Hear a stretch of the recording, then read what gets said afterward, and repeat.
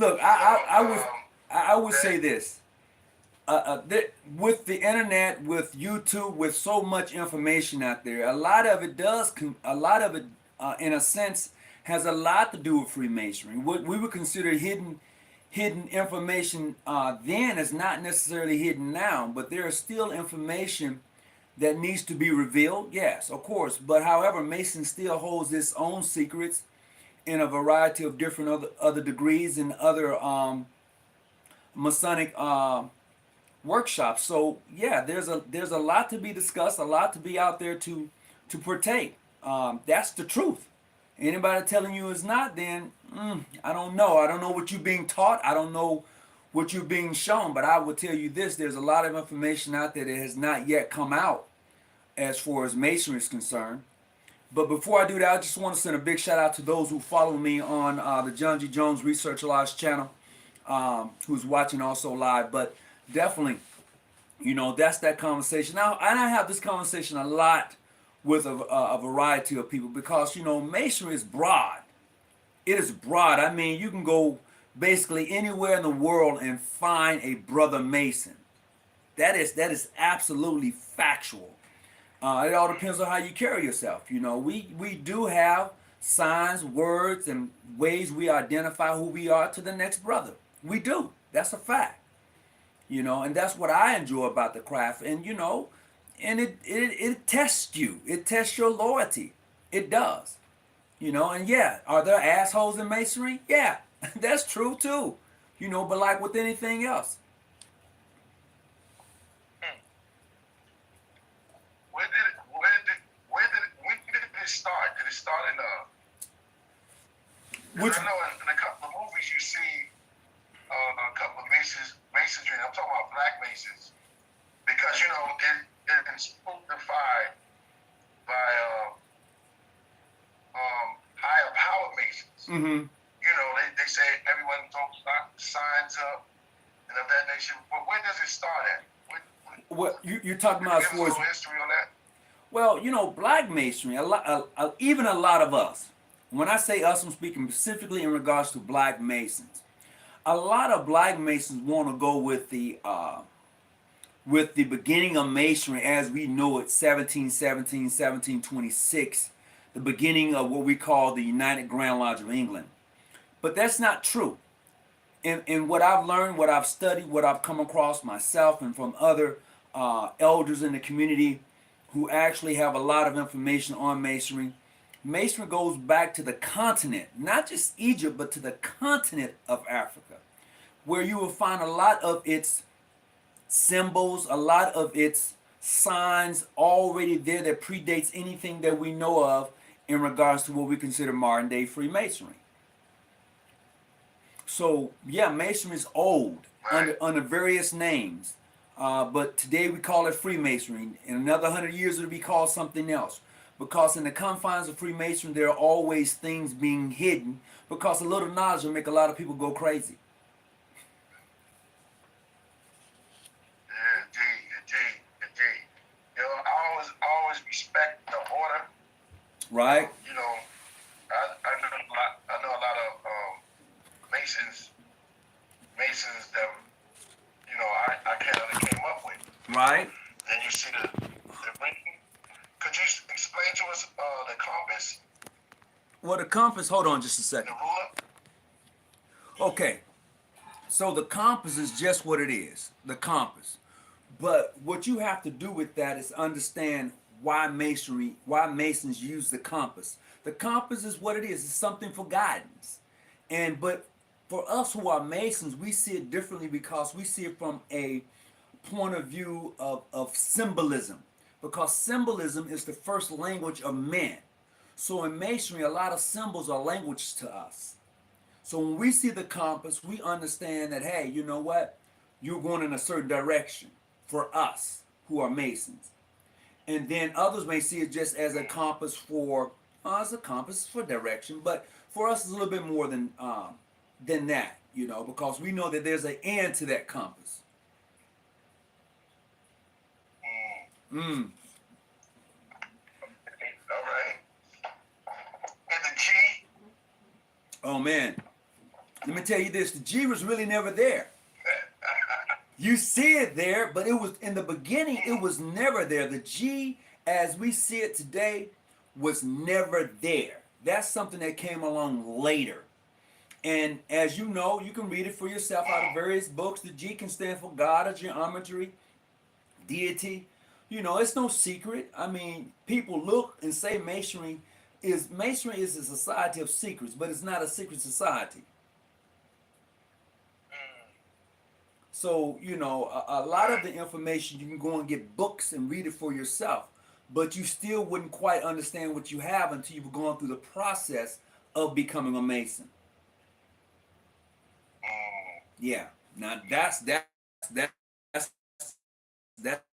for sure. Solomon, very interesting. Does it have, is there a big biblical uh, background within masonry? Well, you know what? Let me put it to you this way. You have what you call a European style of Freemasonry, which brings in the King James Version of the Bible, which is on its altar. And then you have Freemason, which says that any holy book, any book of significant value to you can go on that same altar. So, yeah, you take on the legend of Haramabiff in Freemason, but Freemason goes a lot deeper than just the outer surface of what you may read as far as the Bible is concerned. Yeah, I do see the pyramids on there also. Oh yeah, because it just tells you that Freemasonry derived itself from the continent of Africa, with symbols being, like I said before, the first language. Mm. That's that's it. That's like on the wall. Yeah. Yo, you know why we do that? Because like food, so food for thought, man. You know, when it tastes good, it's like, it also makes us think. Oh well, you know what? It should. Masonry. I mean, if you really want to get down to it, masonry makes you think. You know, and that's the uniqueness of Freemasonry. It is for those who can think freely. And although I may have my own opinion about some things, in Freemason we'll talk. That shouldn't separate you. That should not have you to be offensive or defensive towards your brother. Just because my ideal is different than yours, that doesn't mean that 2 plus 5 doesn't get you 7, or 3 plus 4 is the same thing, gets you 7. As long as we come up to 7, we're going in the same direction. You know, and that's the illusion to a lot of people. A lot of people say, well, black people don't work together. But that's an illusion. It's an illusion because we speak about it so often. Black people need to do this. Black people need to do that. Everybody telling us what we need to do.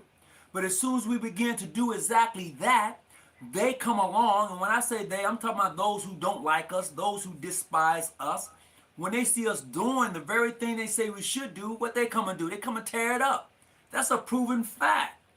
So what you do is you find a lot of us in various groups or organizations, we have to do it that way in order to be successful, because as sure as you go out and build your own city, your own town, your own anything, someone from outside is going to throw a rock. And what's going to happen? A hit dog will holler. And somebody's going to end up tearing up the very thing that you went out and you built that they say you should have built. So, you know, it's crazy how that's put out about what black people don't do. We practice, I would tell you this, as quiet as it's kept, and I said it the other day, black people practice economics with each other, as quiet as it's kept. But you won't see that because a lot of people say we don't do it. And we actually do those things. You know? Just like you having me here tonight. You didn't have to have me here tonight, but you do. So are we not working together? On your platform. That's right. So when I hear what, you know, I hear it all the time. You know, black people, you know, you need to open up your own businesses. We do.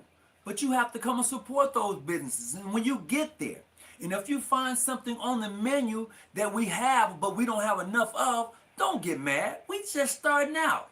Let us be here for 15, 20 years, maybe 5 years, and be really on a solid foundation. And don't come in asking for no discounts. Don't come in asking me for the hookup. Come in, spend your money like you were spending with anybody else, and watch me rise. And when I rise, you should rise. There's no way I should be walking around, and I really mean this from the heart. There's no way I should be walking around and you my friend, and you shouldn't have. But that doesn't mean you should leech off of me. I'm saying that if I got it, you should have it, and when I come up, you should come up. But if you can't rise when I rise, then you belong to the streets. That's the way I was taught. That's how I roll. That's anybody who's actually been in my circle, anybody who's actually been around me can vouch for that. And I say that because I've given away cars. I've loaned cars out. Didn't ask a dime. Brother, you can use the car. My son going to school. Here's the keys. I'm paying for the insurance. You just drive it. I've done those things. And what happens is that, and I'm going to bring this back to Freemasonry. This is what I get out of Freemasonry. You know, the mere fact that I see another man who becomes successful because of my actions. And I'm not trying to weigh him down. And Masonry does that.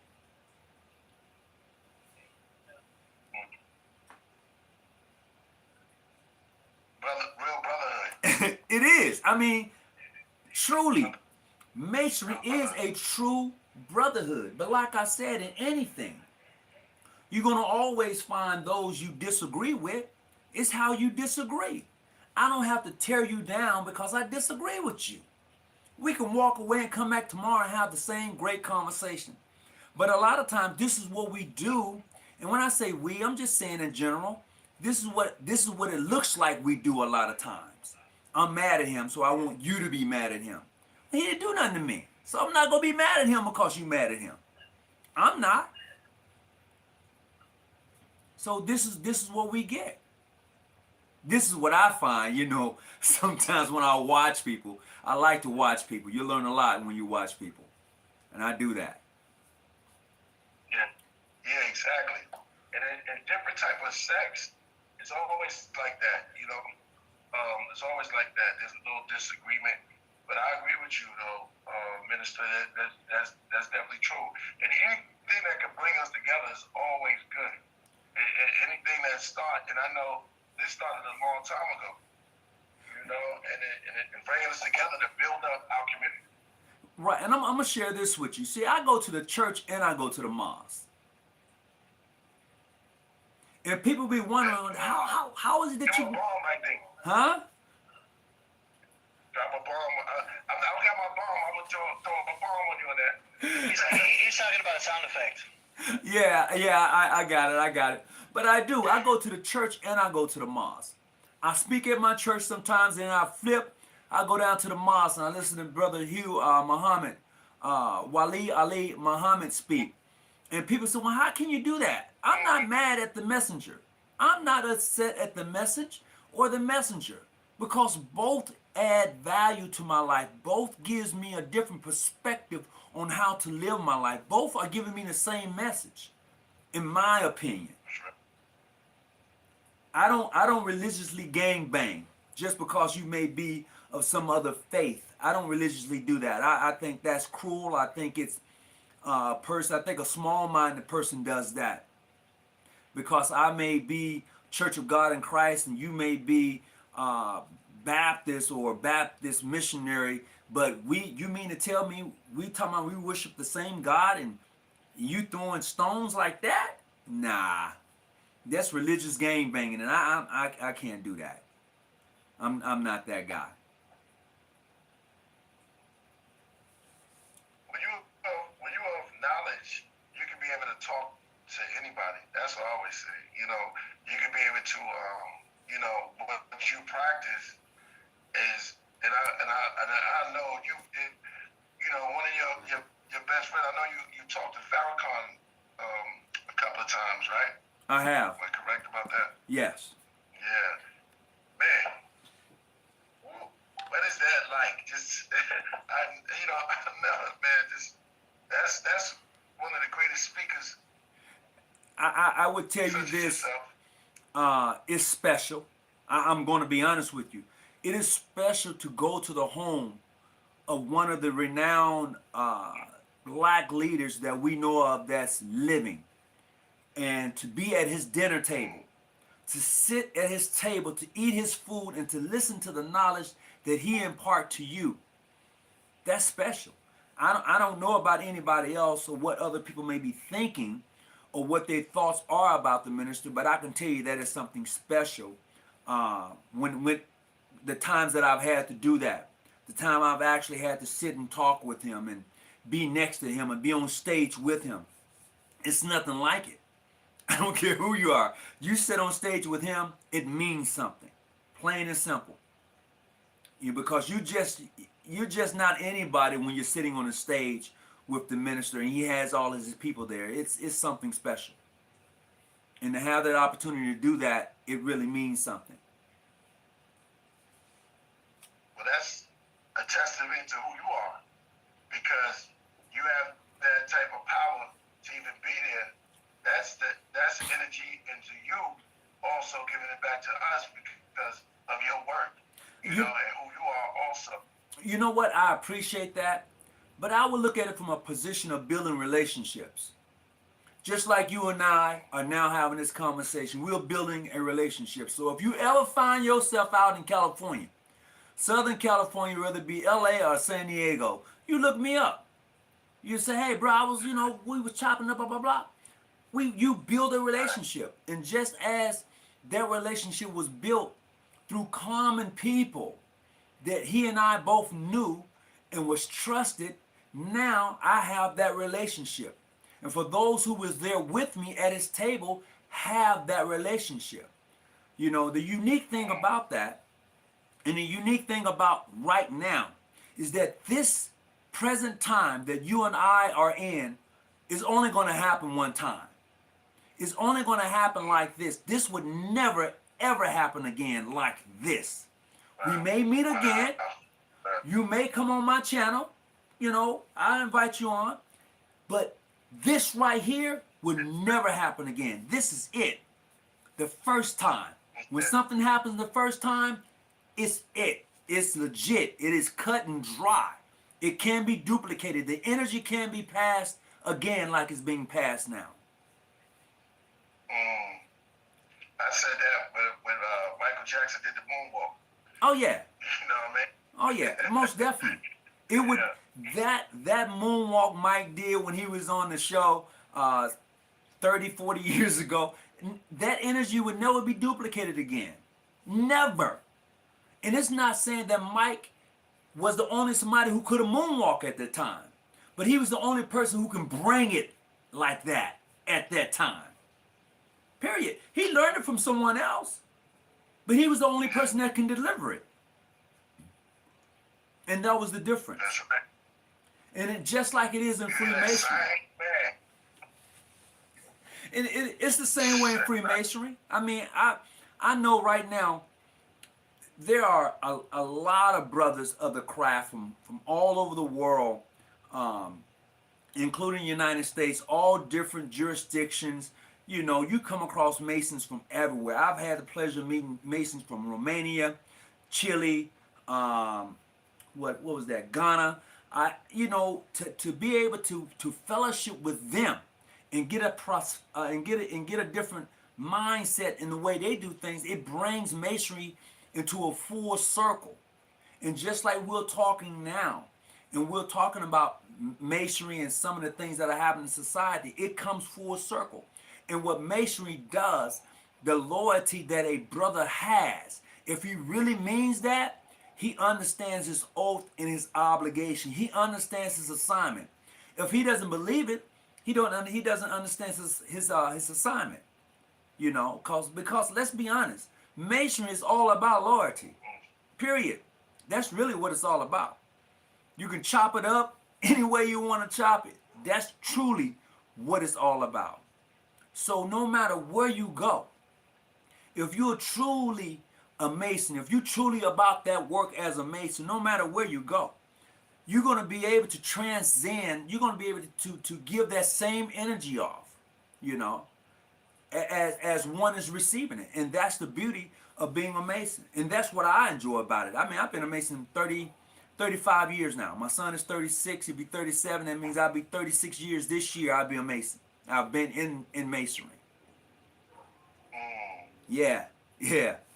That elder. Word. Oh man. You know. You dropping? You cooking right now? Oh man, look. You cooking right now? Let's just be honest. A lot of people are afraid of Freemasonry per se. They're afraid of it because of what they don't know. They see a lot of stuff. Oh man, you're devil worshippers and you're this and you're that. The only reason you say that is because you don't know. And when you don't know something, it scares a lot of people. You know, the Brotherhood of Masonry is broad. You got Japanese, Chinese, Filipinos, Mexicans, white, black. You got people of various different faiths who are Masons. So that frightens people when you see that many people from that many walks of life who are a part of the same fraternal order in different places around the world, different jurisdictions, state by state. That frightens a lot of people. And I'm not saying that all of us get along together. I didn't say that. I said it frightens a lot of people to know that this group exists. And that's true.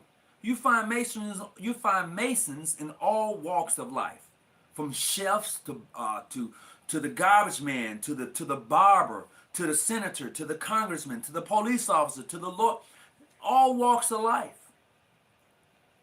You know, and that's the uniqueness of Freemasonry, because it's not about your religious beliefs at all. That's a fact. Mm. Mm. Man. Oh yeah. Man. I know there's levels. Yeah, yeah. I know there's definitely levels. And like you mentioned something how people were spooked out because they always go to those other, you know, like in other religions, they always go to the secret society. You know what I'm saying? Mm-hmm. You know what I'm talking about, the bush and all of that. Well, Do that trick? Yeah. no. I want to listen to what you got to say. Go ahead. Does that trickle down to like is there certain degrees and levels of even up there with the societies that control things? Because a lot of us See, get into that. Yeah. you've already said something. You said that the society that controls things. Freemasonry controls nothing. It is those who are in particular positions who happens to be Freemasons. So people relate that to the Freemasons. Oh, you guys are controlling. You guys are running it. It doesn't work like that. You know, those who do run things are those who have the power and money to do it. And masonry is different than that. You know, when you're talking about people running things, you know, you that's a whole nother conversation, because masonry isn't that organization. You just have people who happen to be Masons, who happen to be in positions of power and authority. It doesn't mean that Freemasonry is doing it. Right.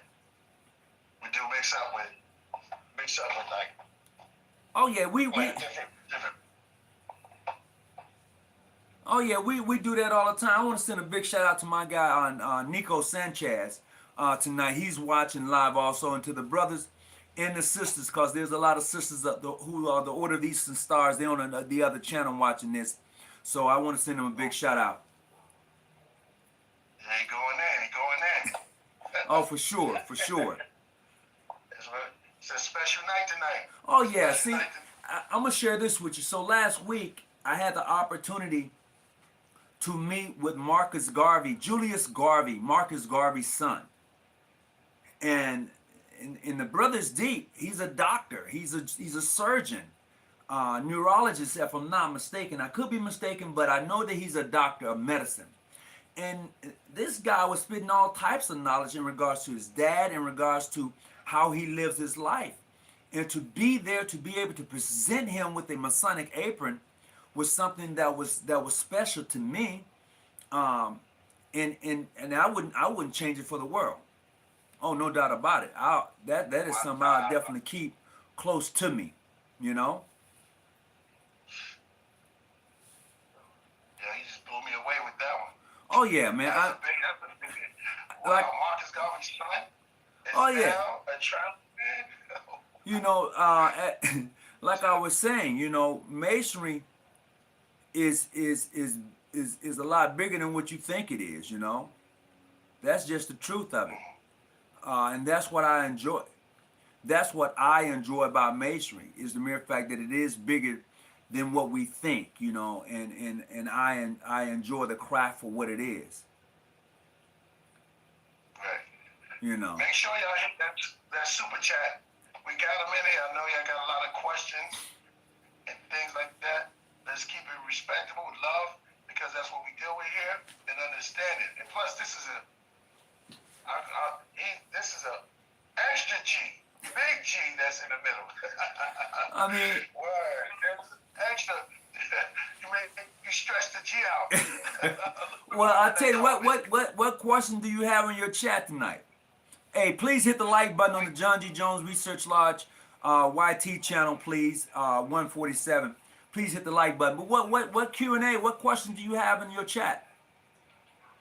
We got a chat here from Shannon Southard. She asks, "What are the functions of Mr. Hawkins' titles?" I have quite a few titles. I'm a past grandmaster, which means that as a sitting grandmaster, I was over the state of California for my particular jurisdiction as a grandmaster of Masons. Okay. Now I have a different title, which is the Sovereign Grand Commander, and that puts me over several other degrees and titles for which I'm responsible for in that particular a body of Freemasonry. So yeah, I got quite a few different titles. Beautiful. Oh yeah. All right, that is the only super chat question we've had so far. Unless anybody wants. You're gonna turn it up, man. We got to make it. I'm gonna ask. What's up, Brother Williams? How you doing? Up, man. Yeah, exactly. Man, been watching your work is incredible. Tell us something.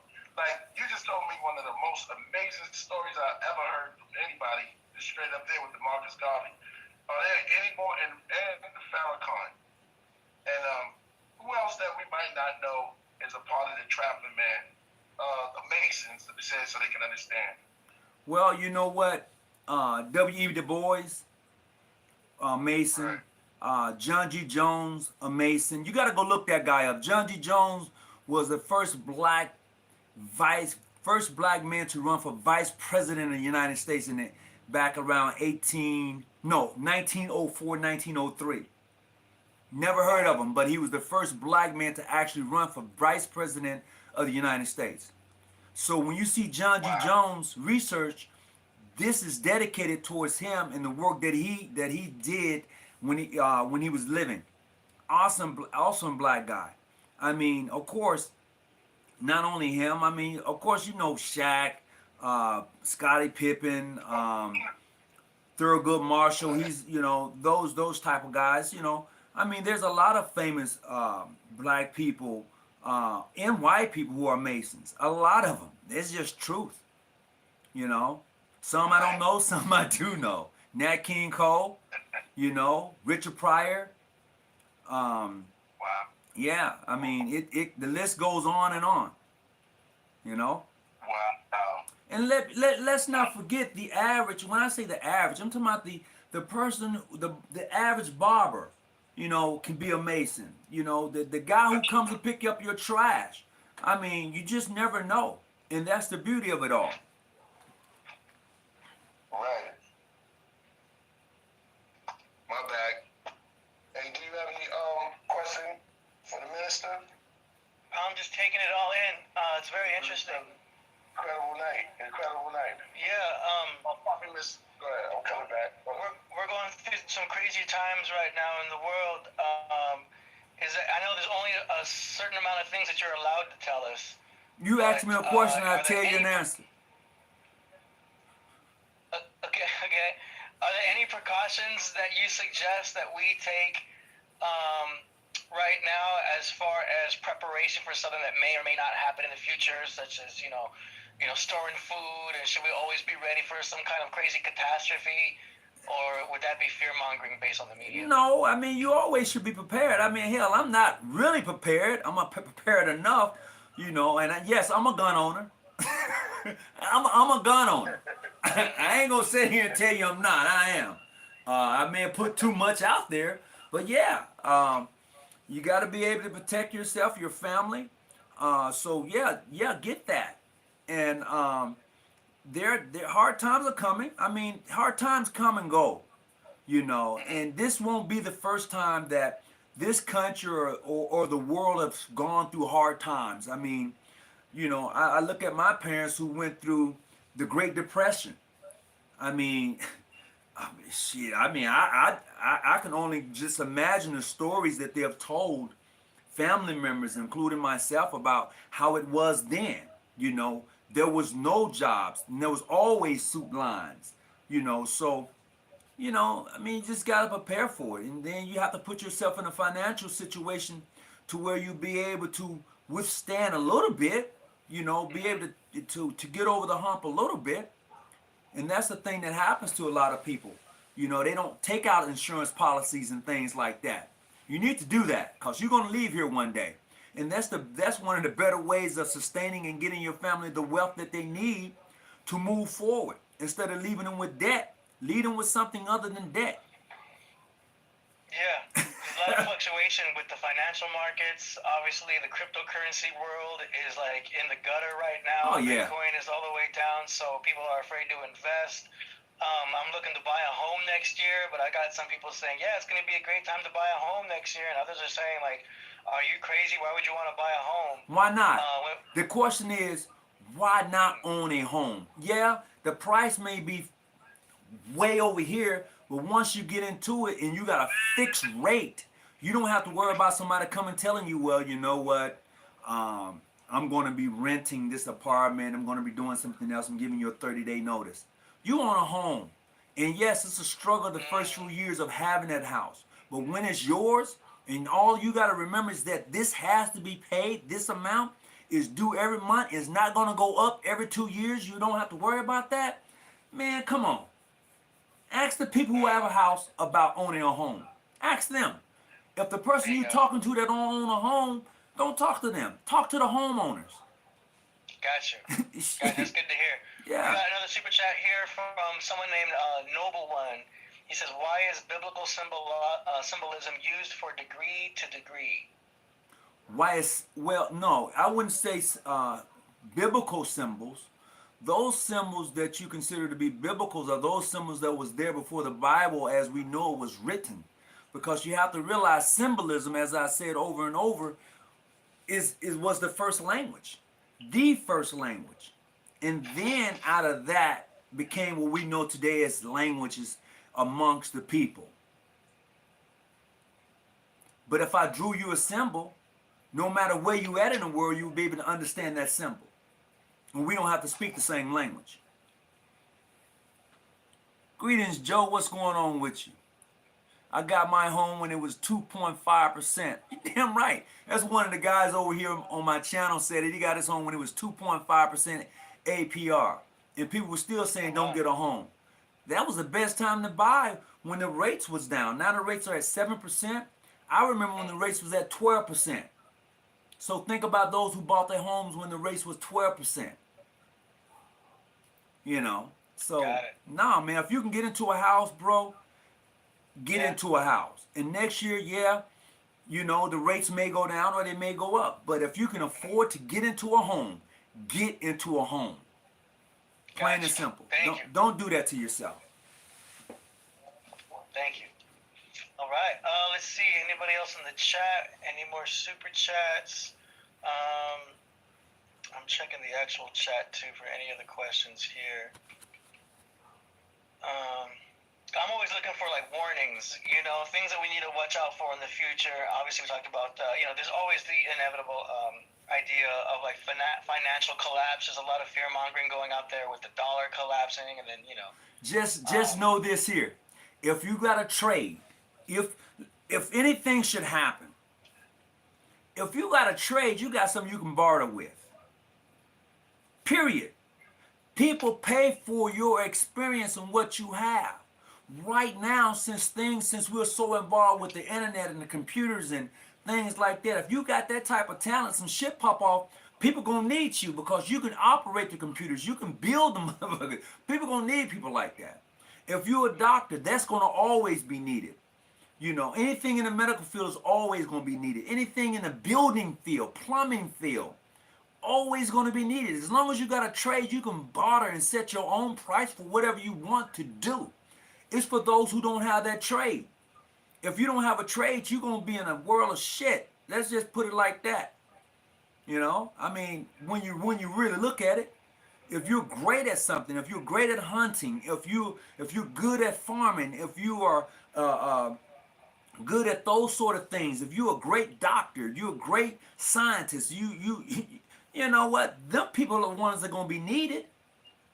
You know? So hey, a trade is everything. I tell my son that all the time. I said, get yourself a trade, man. You never go broke. Period. That's real talk. And I tell him also become a mason. Hey. I did. I've talked to her. I said, man, you need to become a mason. Oh, Dad, you already won. Yeah, I am, but you know what? You got to set your own way. And I think that being a mason, it does. It really comes in handy. I'm not gonna sit here and say it doesn't. No, it does. That's why I'm 35 years in. That's just like being on the job. It's funny, You when know? I started DJing, I was DJing fraternity parties. I was a frat fraternity DJ back in college, and I was doing for Sigma Alpha Epsilon and Theta Chi Epsilon, and it was amazing seeing the brotherhood that they spoke of. When they weren't partying and being crazy. Then I tell you and what. seeing on the walls the alumni. Very interesting to see how they still stayed in contact. The people from the alumni were there at these parties, and it was interesting. I'll tell you what, a lot of those very brothers, a lot of those very frats, those guys, they went on to be Masons. 90% of them. Wow. That's the truth. Because a lot of those fraternities were started by Masons. A lot of them were, be it black or white. Your boy Thomas Jefferson was part of a Greek fraternity on when he was in college, but he became a Mason. So a lot of them was founded by those individuals. So being a part of a Greek fraternity is your stepping stone into becoming a Mason. Oh yeah, that's what I found. Now someone else can see it differently. Now I won't debate them on that, but I'm saying from my own personal experience because I went Greek and had a ball. But afterwards, I became a Mason because the Greeks was for those who was in college who wanted to party out, and that's what you did. You partied out, and then if you want to deal with some of the grown man stuff, Masonry is where you do that at.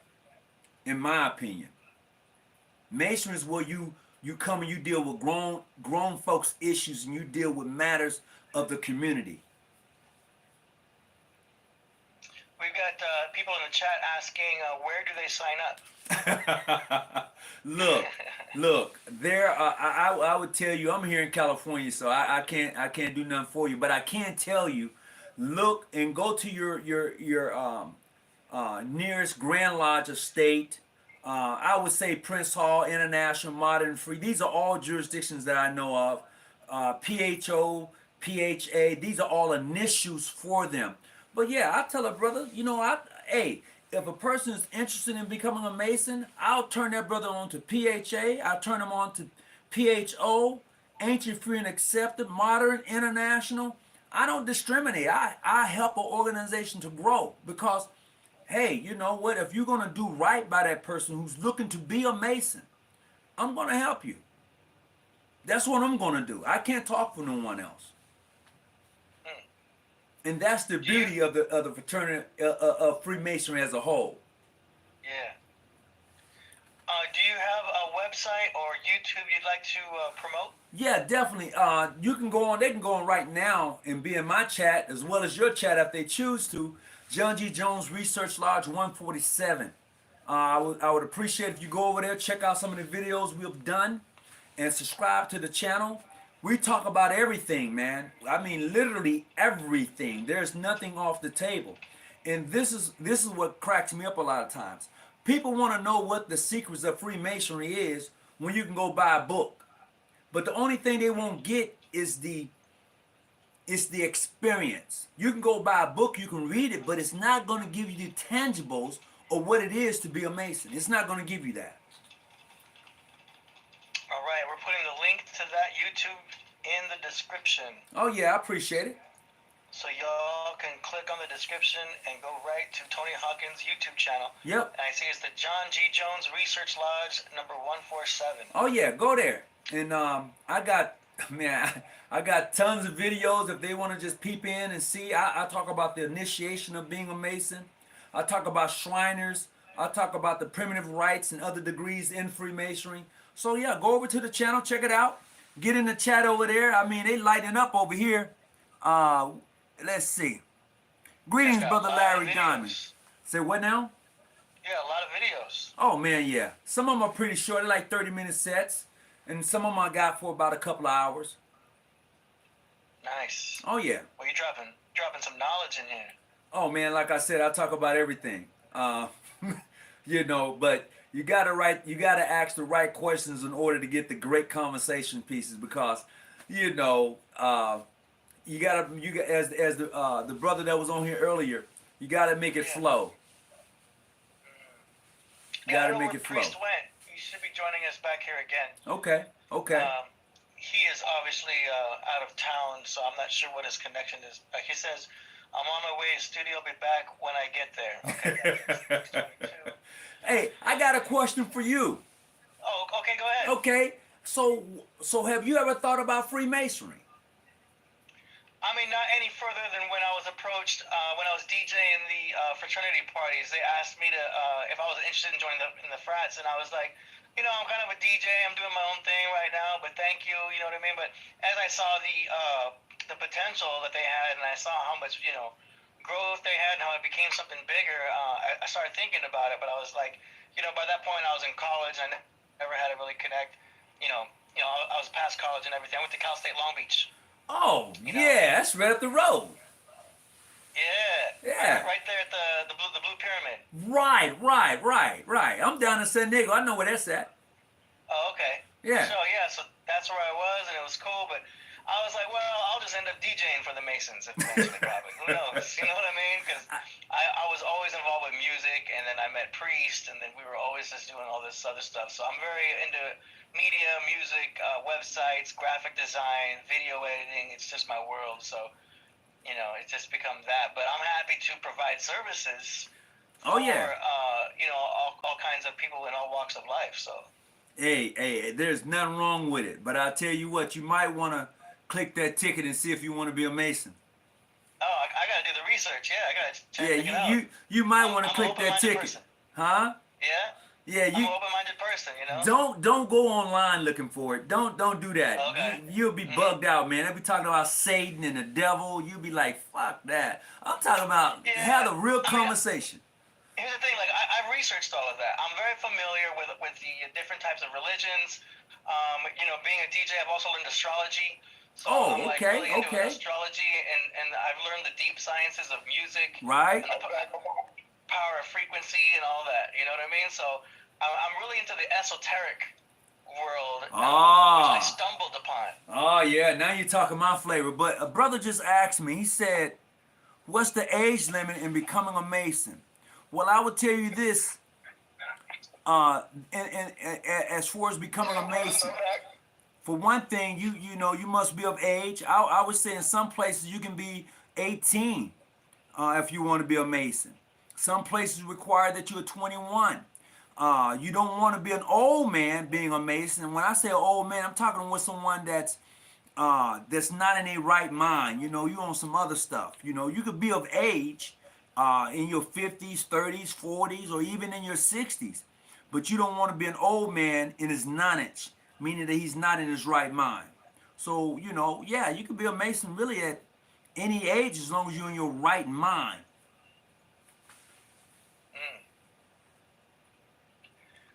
Priest popped in, and then he popped out. Let's see what happened.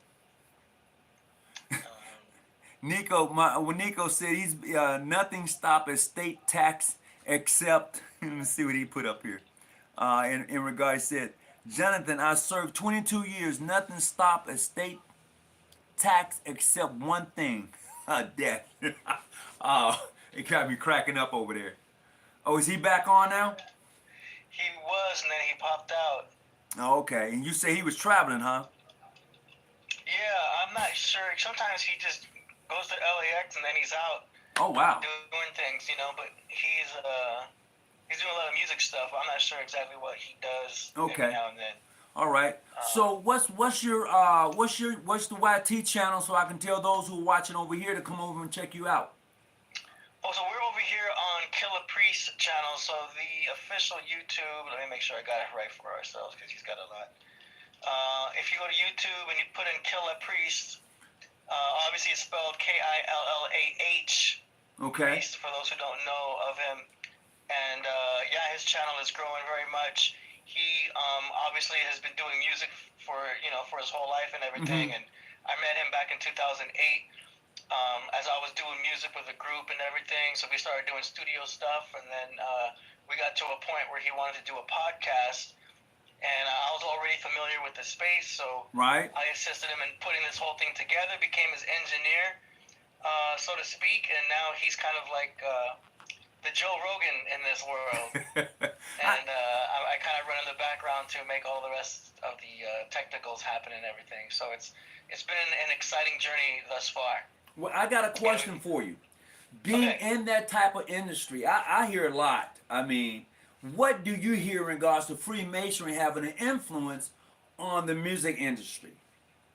Well, I've been actually, people have been thinking that I was involved only because I was speaking so much on astrology, talking about sciences. I discuss astrotheology and the connection between astrology and the Bible and things like that. So I'm definitely an out of the box type of person, outside the box, speaking on things that isn't very common, especially with the esoteric world and talking about sound frequencies and things you're not really supposed to talk about as far as healing and stuff like that and cures for things and but stuff. Those things are true though. Yes.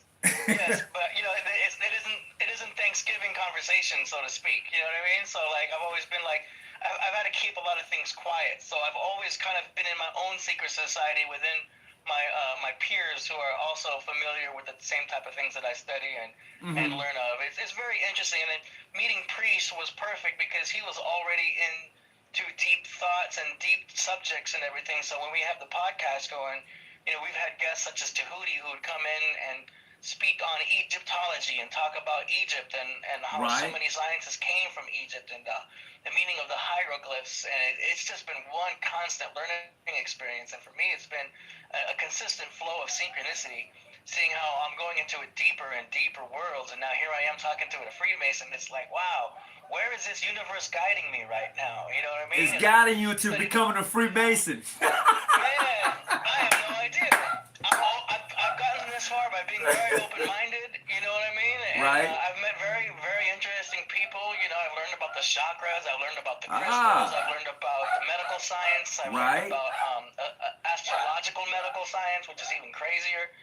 So it's just been an amazing journey, but I just keep an open mind and keep going and go with the flow, and you never know. Yeah, you never know. You never know. and that's the beauty of it all, is the fact that you never know. And that's what I like about Freemasonry, because I never know when I'm going to find myself around another brother from another place, or they may say another brother from another mother. No, it doesn't even matter your race or your color, and that's the uniqueness of Freemasonry. That's truly, in my eyes, from what I've seen and gathered, that is truly the uniqueness. Yeah. I mean, my mom was a chess champion. Right. So she taught me chess at a very early age. And I was able to learn things about moves, learn things about life, learn things about strategy at the age of 15 that I wasn't expecting, So my mom would always show me moves with chess, and then she would give me an example on how that would work in life as well. As far as like being aware to like set up how people might try to set you up and be cautious of things and like always be careful about distractions, because there's a lot of moves in chess that are just a distraction while you're making a bigger move over here. So making simultaneous moves at the same time and everything, and applying that to life, to where you always want to be, going for two things at once. A lot of interesting things with chess, and as I got older, I learned about the connection between, it being an Illuminati board game, so to speak. And, I don't see the word Illuminati as a bad thing necessarily. I see them as illuminated ones, I know the meaning of light and knowledge and everything. So it's, like I said, just constant knowledge flow.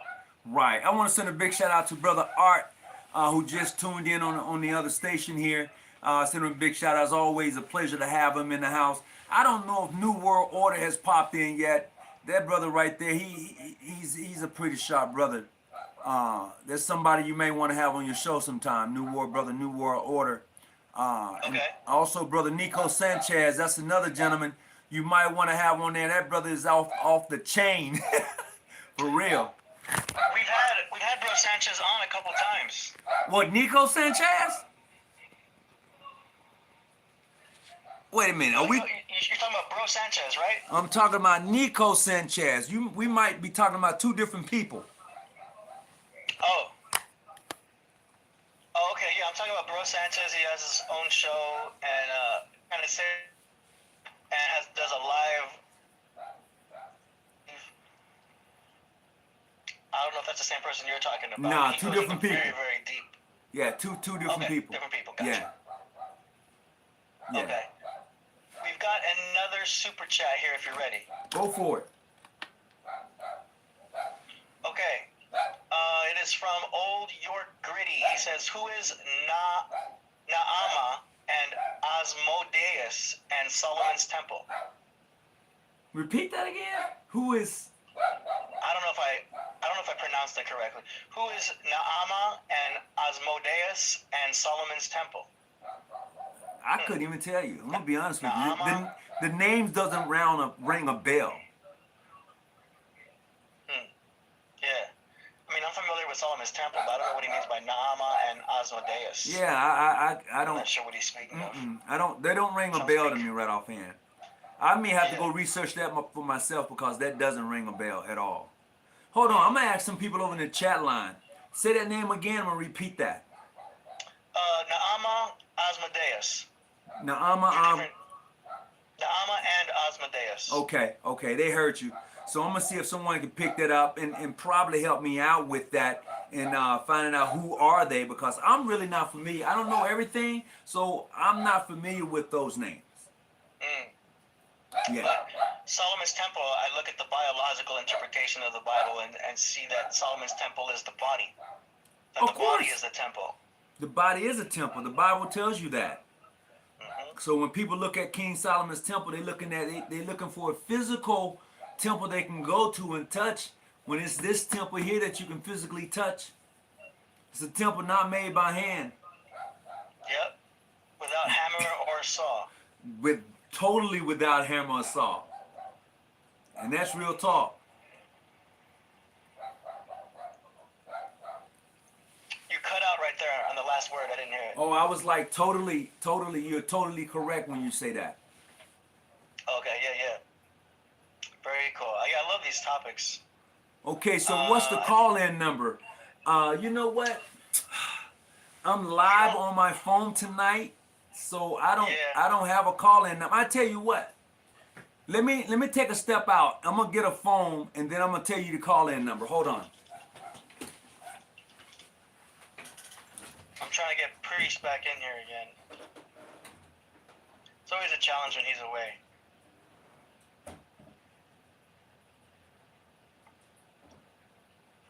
Anybody else in the super chat, go ahead and send a super chat.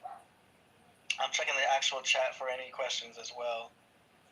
7 Digit says Asmodeus is the chief deity of deception and lust. Okay. I'll go to the chat area here. I hear a dog.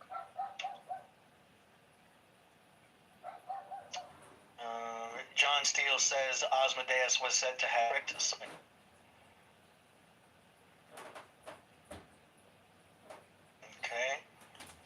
custodian, Demetrius. I see you. You crazy? All right, I'm back. I got a phone line. If anybody want to call me tonight, they can reach out to me. The number, if you want to do a okay. phone call right now, you can call me at 619-286-0642 if you want to call in tonight. And the same thing can go for your channel. If they want to call in tonight, that number is 619-286-0642. Nico, put that in the chat for me. 619-286. 0642.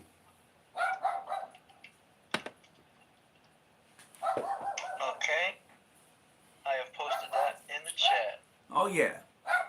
And then this is really,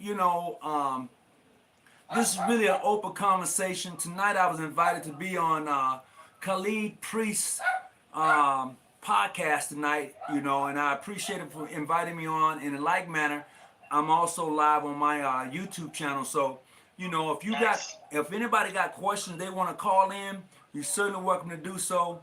And we'll have that conversation tonight. I'm always open for a good conversation. Somebody said there's a great reset coming. I tell you what, did you ever see the movie? It was just out here recently. Shucks. I would tell you this. Symbolism of Freemasonry is in a lot of movies. A lot of movies. And when that brother said a great reset is coming soon, there's a movie that deals with that, and I can't even think of the name of it right offhand. If anybody can think of the name of that movie, I think it's a Marvel movie that just came out not long ago, and they was talking about a reset in that sort of thing. I know. All right. I'm live tonight. Oh, you live? Hi, Yeah. people. I talk to you. All right. So yeah, a great reset is coming. I think so. Do anybody realize what a reset is though? That's the thing. That's the thing. The definition of a reset. It sounds catastrophic. The definition of a reset. I'm trying to think of the name of the movie though. That was a movie that was recently out that actually had that. Something that causes a great change. As some could say that. Well, they said that the Mayan calendar of the Pisces age to be 2012, but then others are saying, well, no, it's off by 8 years, so the end of the age. Some people thought it was the end of the world. Don't worry about the titles. What's up? What's on your mind? Just showing you some love, my brother. It's brother from Kentucky. Hey, what's going on, bruh? Can't call it, just working, Maintaining. So what's your Q&A for tonight? What's the topic of discussion? Man, look, I'm actually on someone else's channel, and it's really kind of wide open.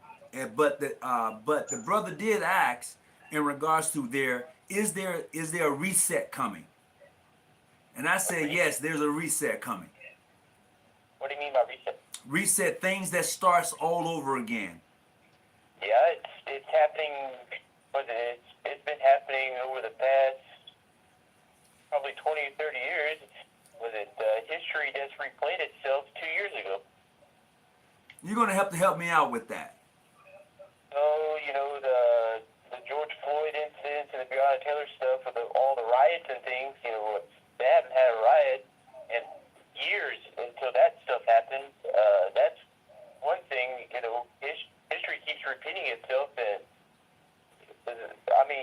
some things like historical-wise are destroying like certain type of landmarks and stuff of that nature, and they said if you do that, history could repeat itself in that way as well. Yeah, that is absolutely true.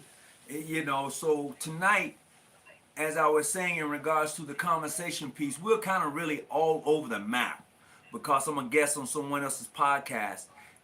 We don't really have a subject matter. We've talked about various things as far as economics is concerned, as far as a reset is concerned.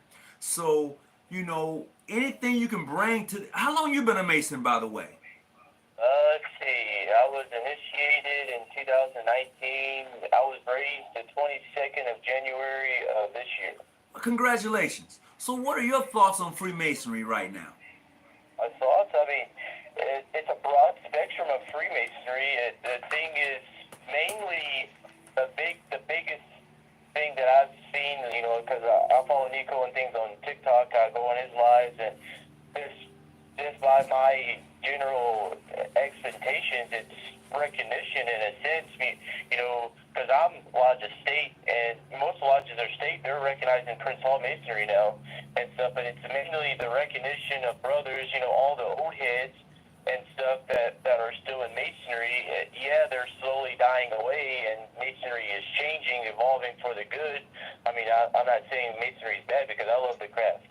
But, going back to that, all the old heads and all what they established and what their traditions and morals and ethics are of the craft, but for a more modern day Freemason like myself, the younger generations that are coming in and that wants to travel all over to meet everyone, any brother and things of that nature and stuff. It's really depending upon what your lodge is saying and stuff. But Freemasonry, it's evolving for the good.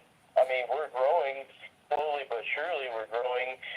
You still got those conspiracy theorists out there saying that we worship the devil, this, that, and the other. Right. You're gonna have that. I'm gonna share something with you that you just said that's gonna be unique to Masonry.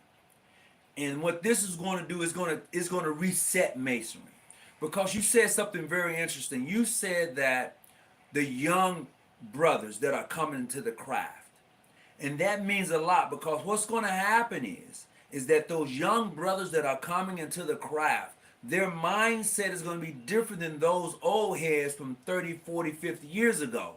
They're going to look at Masonry in its totality.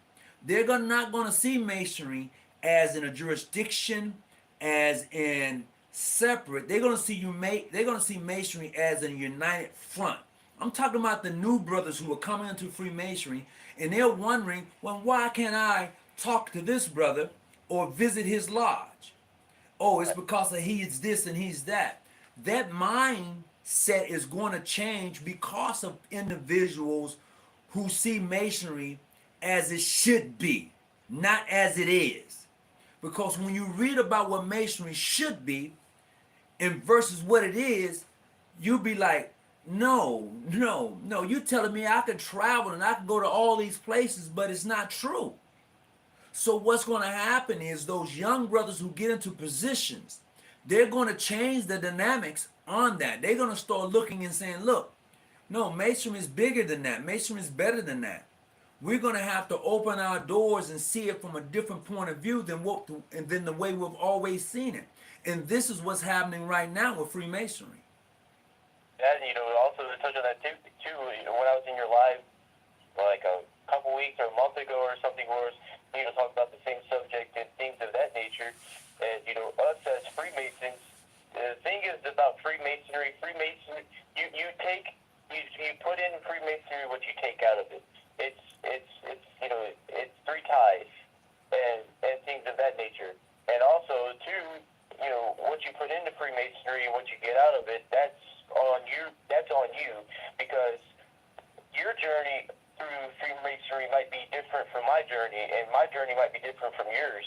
And the road that we had to travel, it could be a very windy road and stuff, but we came out victorious at the end. Mm-hmm. And what most Freemasonry, what they fail to realize and things of that nature, and fail to remember, all of us meet on a level. And most of the brothers, they're forgetting about it, because I think what the problem with modern Freemasonry is, rather than what it was back in the day, it's a recognition thing. They want to be recognized, and I don't recognize you because of this. I don't recognize It is, because that is not what is stated in our Obligation. absolutely. It's not stated there. So the younger individuals who are coming to masonry, their mindset is totally different. And that's the beauty of it all. Masonry is a progressive science. Things that That's continues to true. change and evolve. And just as we know it today as Masons, as Freemasonry, 100 years from now it'll be called something else. Yet with the same philosophies and studies. Because I would tell you this, the higher you go in Freemasonry, your mind, thoughts, and shifts are going to change. I'm not afraid to say it. What you My see mind's now, already shifted. I just received the order of the temple probably 6 months ago, and everything of that nature. I haven't crossed over to Scottish Rite and stuff. I'm trying to focus on the Blue Lodge and focus on York Rite and stuff of that nature. But just learning the basic principles of what I learned as whenever I was recently the Master Mason, and taking that into York Rite and learning from all the chapter and council and the chapter and council degrees and all the orders that I received and stuff. It's a beautiful thing because you're truly right, because if a person says they're a Mason and they say, oh, I know everything, I'm running away from him because he's full of shit. You will never know everything about Freemasonry, because here's the reason why. Most Freemasons, how most of the time Freemasonry started, they didn't write anything down. It was all mouth to ear, word of mouth, and stuff like that. And all the correlation and context of what they used to do back in the day has been lost in translation. And we're trying to depict of what we thought they did back in the day. And who knows, what we could be doing nowadays could be totally different from what they were doing back in the day. oh, it is totally different. It is, because I'm gonna tell you this, young man, if you go pick up what we would call Masonic rituals that was written in the earlier days of Freemasonry, the language in it is totally different than what we use today. Yep. It is different. It is different because I have older rituals, and then when I see them, I'm like, wow, we don't say that no more. We have our own way of saying from which you come, and then we go into the verbiage. But in days long gone, they would say that, but the answer to the question is totally different than what we give today. It is totally different. So yes, masonry is a progressive science, and yes, it's going to change. It's funny too, on that subject, back in the day, how us as Master Masons wore our aprons. Back in the day, they wore their aprons totally different. Did you know that? I didn't. Yeah, my mentor, he's the past Grand Master of Kentucky, and he had a monitor from, I think it was like 1821 or something like that. One of those. Well, I think it was 1821 or 1921. No, it was an older monitor. I think it was 1821ers. It was the old monitor. He said back in the day, a Master Mason wore their apron as a Fellicraft, and a Fellicraft wore their apron as a Master Mason. Okay, I can see that, because what happens is after you have received your degree as an inner apprentice, then you become a fellow. Once you have shown to be proficient in your EA and FC, then you go and become a master. So yes, I can see exactly how that goes. Right, but it was odd to me though, because a Fellicraft wearing their apron as a Master Mason and a Master Mason wearing their apron as a Fellicraft. Right. And then how do I word this correctly? So when we talk about the 3, 5, and the 7, right? And things of that nature. But if we're going in order of degrees, shouldn't it be the opposite way around? Well, okay, so when you talk about 3, 5, and 7, you're only talking about the second degree. Right, okay. That has nothing to do with the Master Mason degree at all. No, I'm not talking about that. I'm talking about, the principal officers and opening. You're absolutely right. Yeah. But see, here's the difference. You can open in the Master Mason degree and do any work you want to. Right, you just have to knock down. That's it. You can open in the Master Mason degree and do any of the Masonic work you want to, in all the preceding degrees. First, second, you can do that. So that's probably why they got 357. How principal officers and things of that nature. I know it depicts on the second degree and stuff, but when I was on your live and you talked about that, I was wondering and stuff because how I understand it because of second, but I was just seeing it and stuff. I understand it now, yeah. Oh, okay. Yeah, so it can go that way, and that's a funny thing you bring that up because most people would consider the 3, 5, and 7 to be something of the Master Mason degree, and it's not. No. You see it on back of brothers' jackets all the time, 3, 5, 7. I'm like, do you even know the combination for the Master Mason degree? And I hear brothers on live on TikTok and says, "Oh, I can take you up to 3, 5, and 7." Well, that's just you're just talking about the second degree. That's all you're talking about. But there's another group of numbers in the Master Mason degree work that nobody talks about. But we won't discuss that here, but it's there. Right. I didn't know that. Oh yeah. Oh yeah. There's another set of numbers on the Master Mason degree that nobody talks about. I think I know what you're talking about. It goes into York, right? You got my number now, so we can have that conversation offline. But I'm telling you, brother to brother, there's another set of numbers. I think I know what you're talking about. Yeah, because me being on the other side, I know what you're talking about. Okay. Yeah, because you learn more. You're talking about levels of the pyramid. I mean, we know they go higher up. They do, but we're only talking about the first 3 degrees in masonry, and upon that, in the second degree, you deal with 3, 5, and 7. But after the second degree, there's another set of numbers you deal with, but it's hardly ever talked about.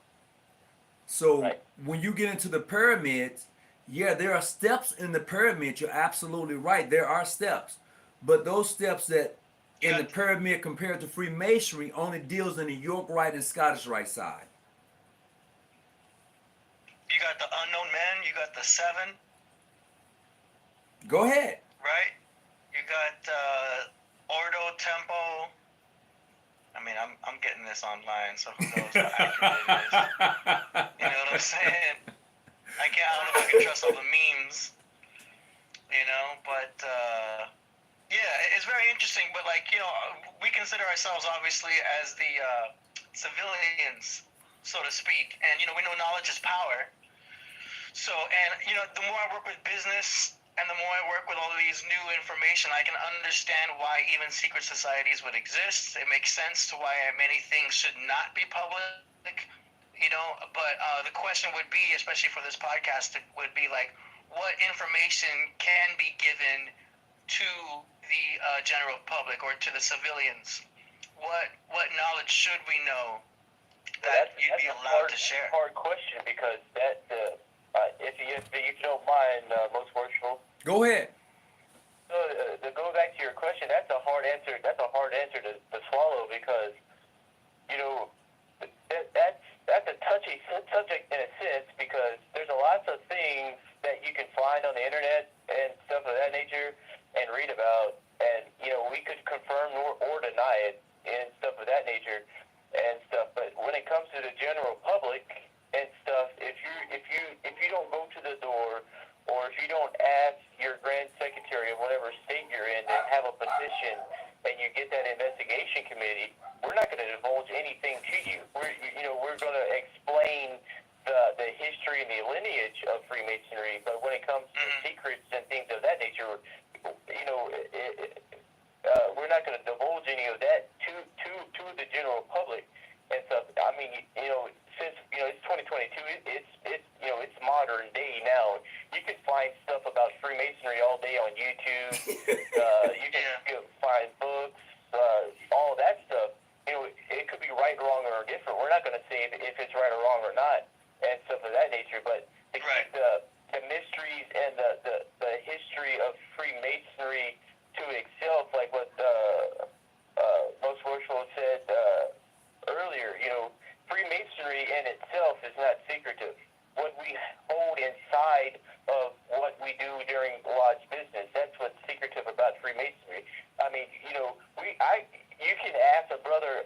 say how you join Freemasonry, and B1 asked one. That's the most vague. How you put the word? That's the most vaguest explanation that Freemasonry could ever, slogan-wise, put up there. And so, yeah, the B1 to ask one, but and stuff. But once they start asking questions that we can't discuss, then they start saying, well, I don't like this. Well, why can't you tell me this? Why can't you tell me that?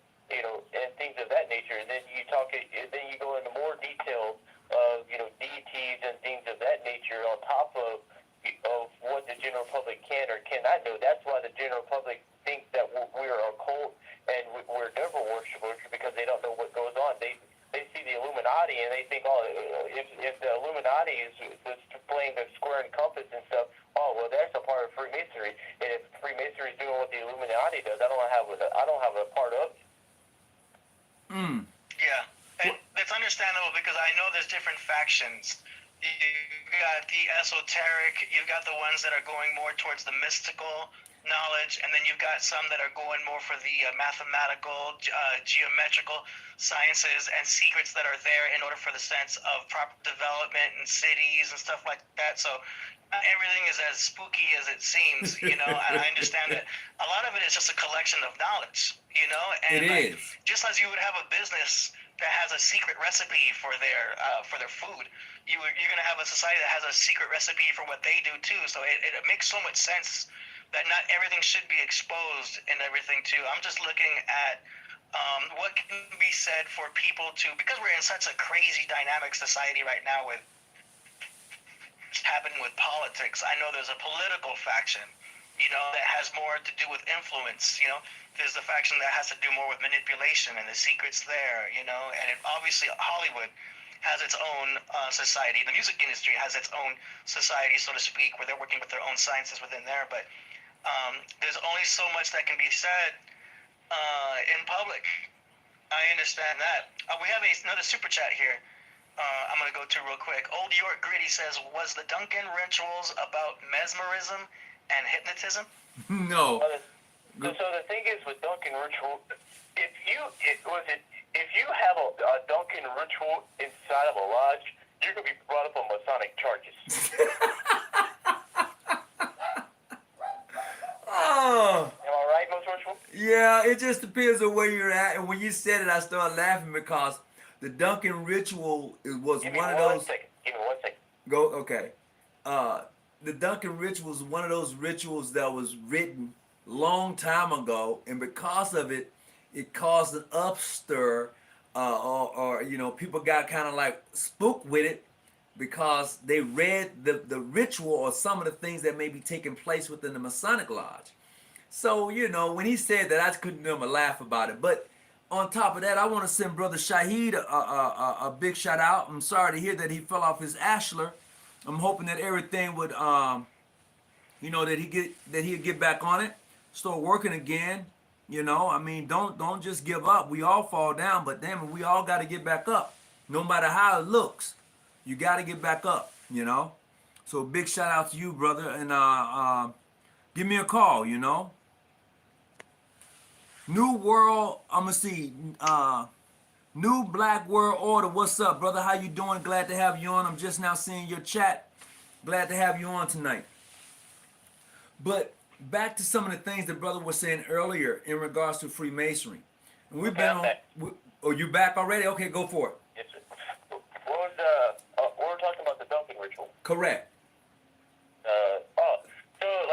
So in my jurisdiction and stuff of that nature, if you're found to have a Duncan ritual and you're present, you better hide it because it's illegal to have in our lodge in the state of Kentucky and stuff because of the sense that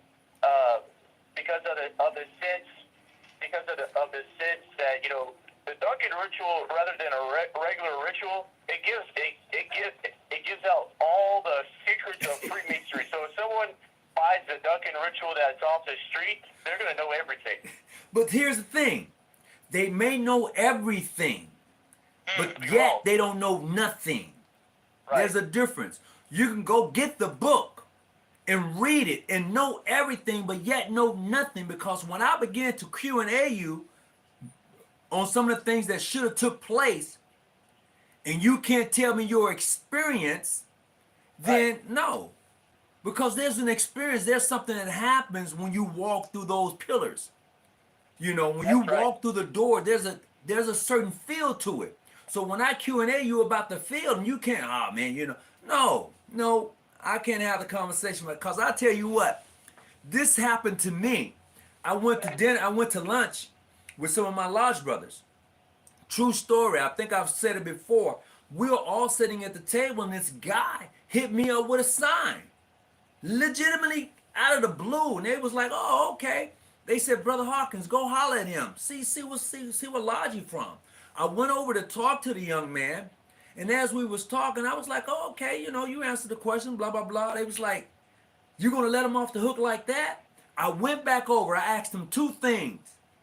I said, what Grand Lodge you a member of, and where's your membership card or your passport? He couldn't produce either. And then afterwards he gonna tell me, yeah, I picked up the book and I like the philosophy of Freemasonry. I said, man, you don't know what you're playing with. You have no idea. He was like, well, I said, no. I said, I can't talk to you, man. I mean, you don't know the penalty of this obligation. You don't know that. And I looked at him like I was pissed. I ain't lying. I was upset, man. You know, but yeah, but just think if we really did the thing though. I'm just saying. You know, like going back to that, just think that if we were still doing what the obligations that we took. Oh, that's what I'm saying. If we was doing the thing, you know, as you just said, man, and I believe this. I'm never going to say that never happened to someone, actually. I'm never going to say it because I've read some stories from various books that has actually happened to individuals on the real base. I don't know if you ever remember that lodge called P12 Lodge out of New I never York. heard of that lodge. Yeah, that actually happened to a guy who was a banker. They found his body just like you read it. They found his body just like that, hanging off a bridge. Holy crap! Yeah. So I'm never gonna say that none of this has never happened when it has actually happened. When you start talking like that, it makes the whole club seem a little suspect. You know what I'm saying? It's like, what level of information is worth the drama that there might be? The information that he's trying to dispose. I ain't gonna lie to you. Well, there's some crazy things going on in this club. I may not want to be a part of it. I might just want to wait until it pops up on Google. And like, what level of information and hookups in a club Well, are see, you know, some eyes wide shut type stuff happening? So I would tell you this: you've already used the wrong language. You said club. It's not a club. It's a society. Okay. So think about the word society. It sounds scary. It's not scary at all. Hey. It's a brotherhood. It's the oldest and the boldest fraternity of the world. There you go. He said it right there. There you go, right there. Say it again. It's a brotherhood. What do you say? One more time. It's the oldest fraternity of the world. It's the oldest fraternity in the world. Got it. Remember this. If you're thinking about joining Freemasonry, it's the most beautiful thing you would ever join. Just remember this. I don't know, what jurisdiction or what state that you're in, but in Kentucky, you're going to have a rough and rugged road. But remember this: endure it until the end, and nothing will happen to you. He said you're going to have a rough and rugged road, but remember to endure it to the end, my brother. It almost sounds similar to marriage. I mean, getting married itself is kind of risky itself. It's a beautiful thing. You're going to have this wonderful woman in your life. But, man, if you mess up, if you do or say the wrong thing, you're going to, you know what I'm saying? You're going to have to endure the consequences. And, I would tell you this. It just seems go ahead. In the long run, you will find yourself married. Say it again. You got chopped up there by the Zoom. I said in the long run, you will find yourself married. That's the truth. Yep. I'm just being honest. You said it sounds like a One way or another. marriage. I'm telling you, in the long run, you're gonna find yourself married. Like another thing, to correct what you said, this is, if you ever join this fraternity, it's not a club, it's a brotherhood. It's basically kind of like, in a sense, in language terms, like, it basically, like, if you're married, you go to lodge to get away from your wife. And stuff like that. Am I right? Like, you do things with the wives, during certain events and throughout the year of Freemasonry, but, most brothers, they go to the lodge just to get away from the wives, and you break bread. You travel and you meet so many good and worthy brothers of the craft, and you basically, in a sense, you're selling yourself, kind of, because once you start traveling and that brother knows you, then that brother can vouch for you if you go to another lodge, and so you don't have to keep getting tried over and over and over and over and over again. It's, oh, I know that brother, I sat in lodge with him. Oh, I know that brother, I sat in lodge with him. Then you start getting recognized by the Grand Lodge, if the Grand Lodge wants to bring you onto some type of committee, or if they want to make you an EDGM, or if you run in for right worshipful Grand Junior Warden, or things of that nature. Then it's like, oh, this brother's worthy for these things. What else can he bring towards the craft? What else can he offer for us?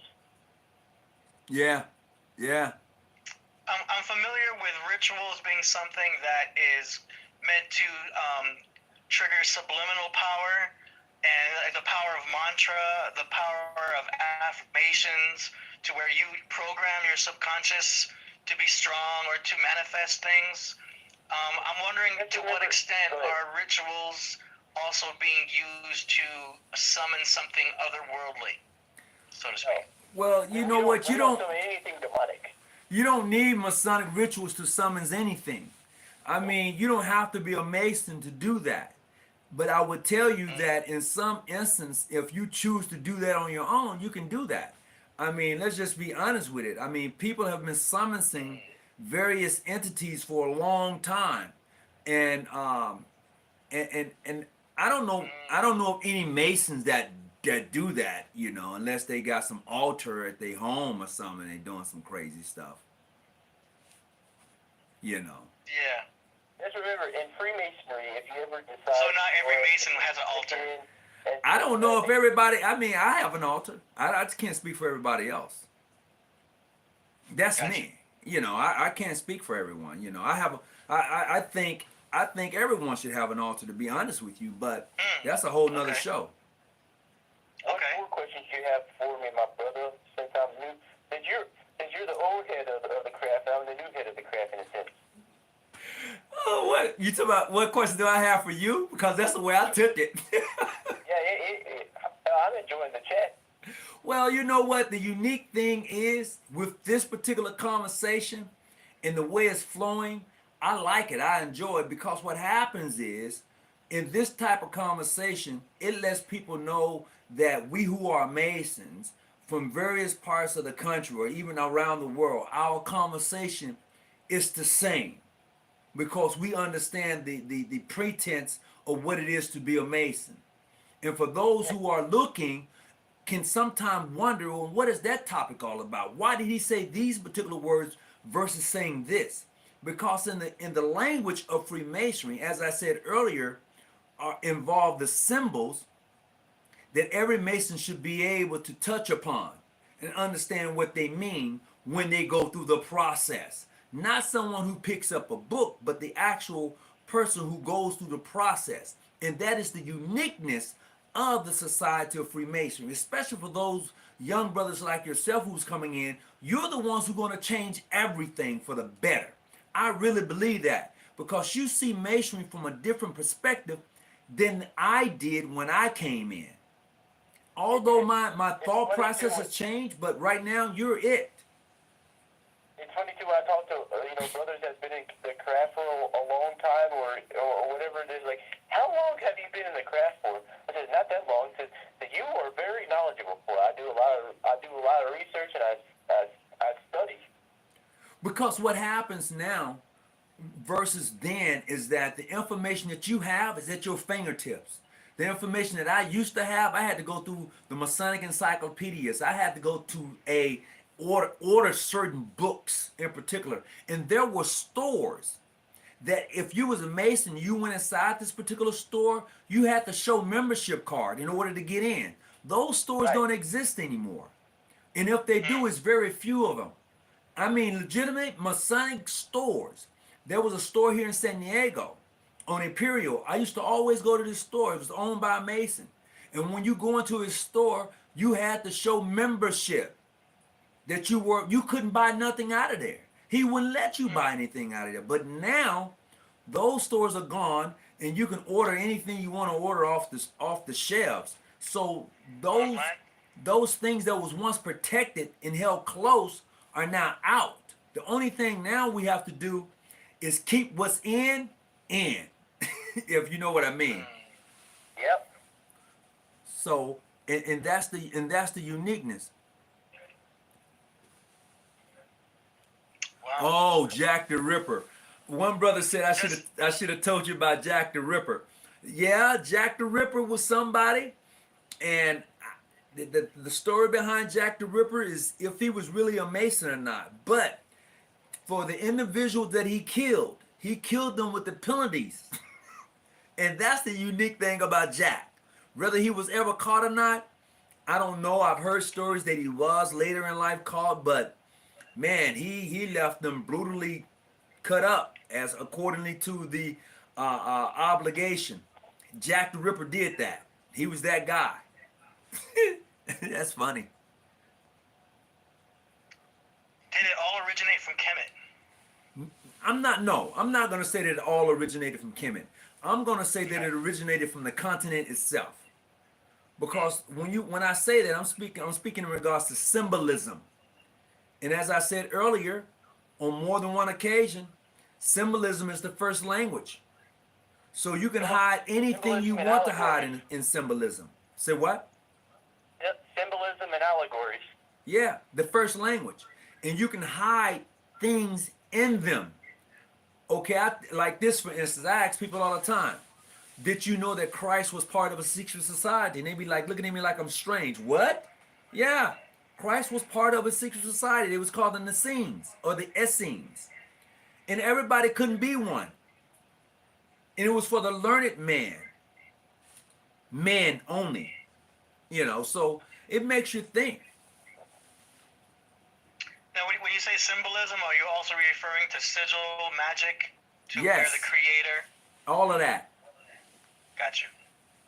Illusions, all of that. Mm-hmm. That goes to show how much quantum physics is taught in these secret societies, because a lot of that is dealing with quantum physics and the power of intent. Oh yeah, most definitely. I mean, I'm only speaking in regards to where I'm at in my particular jurisdiction and the things that we do and what we talk about. I'm not going to go into details, but you're somewhat on point in regards to what you just said. Oh yeah. I've learned more in masonry than I have going to high school. Oh, for sure. I can imagine. Oh God. I am so for real, And being in masonry, it's fun though. That's the unique thing. It's fun, especially if you travel a lot, and that makes it even more beautiful, if you Yeah, travel. it's interesting to see, directors putting this stuff in movies. You know about Grant Morrison, the guy who did, comic books. Uh-huh. He was the one who was putting out some occult knowledge on YouTube. If you look up Grant Morrison, he talks about sigil magic, and seems to expose a lot, which is very interesting. But I learned about sigil magic from looking up Grant Morrison. Okay. On YouTube. But it's interesting to see how this stuff would be in movies. Oh yeah, And how because they would we're in s- Hollywood. Yeah. I'm gonna tell you some good movies. The Kinsman, The Kinsman is a good movie. The Kinsman. Yeah, The Kinsman. Okay. And then The King and I. The King and I. Oh man, great movie. You talking masonry. I tell you another one. John Wick 1, 2, and 3 and 4 is gonna really blow your mind. Really, John Wick. Oh man, that's all Freemasonry. But you would know. I mean, I'm just being honest. It's man, John Wick 1, 2, and 3. That is all Freemasonry. All of I it. just Really? something too.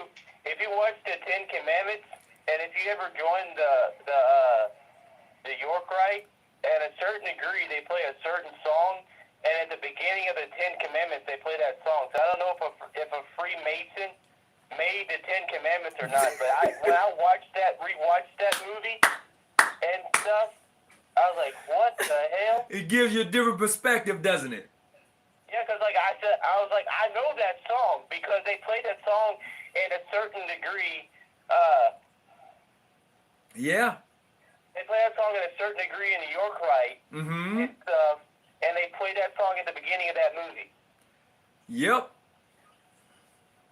What about Eyes Wide Shut? How accurate would you Ooh. say that is? Ooh, yes, Lord. Eyes wide shut. Say, ooh. Yes. Oh my God. That's up, man. That's on my A list. Eyes wide shut. We've had Sophia Stewart on, and she speaks a lot of The Matrix, particularly Part 1. I go with the Matrix. Yeah? Yeah, I go with the Matrix. I also go with the Terminator. Okay. You know. It seems interesting how Sophia Stewart has all this knowledge, too, because, they say that women originally weren't allowed to be involved in Freemasonry. That's the illusion. But there are a lot of females, apparently. Man, yeah. They're not recognized by me. No, they wouldn't be recognized, but you and I both know that they out there. But the funny thing is too, we talk about females and Freemasonry and stuff. Not to divulge anything, but I would love to see their third degree. Oh, you and me both. I want to know what brother Mason wouldn't want to see the third degree with female Mason. Who wouldn't? Real talk. Oh Lord. The only way that a female is allowed into Masonry is by joining the Order of the Eastern Star. Oh, yeah, so I heard about that. That's what Priest was talking about, I guess, earlier. Interesting. But Wow. for a female to be recognized as a Freemason, yeah, they will never be recognized. It goes against a lot of things of Freemasonry. Yeah. It seems to be mostly a patriarchal type of thing. I would say this, that the Grand Lodge of England has kind of let the cat out of the bag, though, bro. Yeah, because the Grand Lodge of England, they have an actual female Grand Lodge now. Yes. So they kind of let the cat out of the bag, and you gotta what that brother say? And are they not? Look it up. Lesbians. Who are lesbians? Yo, who is the other dude in the cap? Oh, the dude in the cap. They want to know who you are. Who? The dude in the cap. The programmer. Oh, me. Oh, I'm AD. I'm just the engineer of the Killah Priest podcast. Oh, okay. Just, All right. Yeah, that's me. Okay, because they're asking me in the chat, who are you? I'm filling in until Priest gets back. Oh, man, Priest is going to be a long time. We've been on here almost an hour and 45 minutes.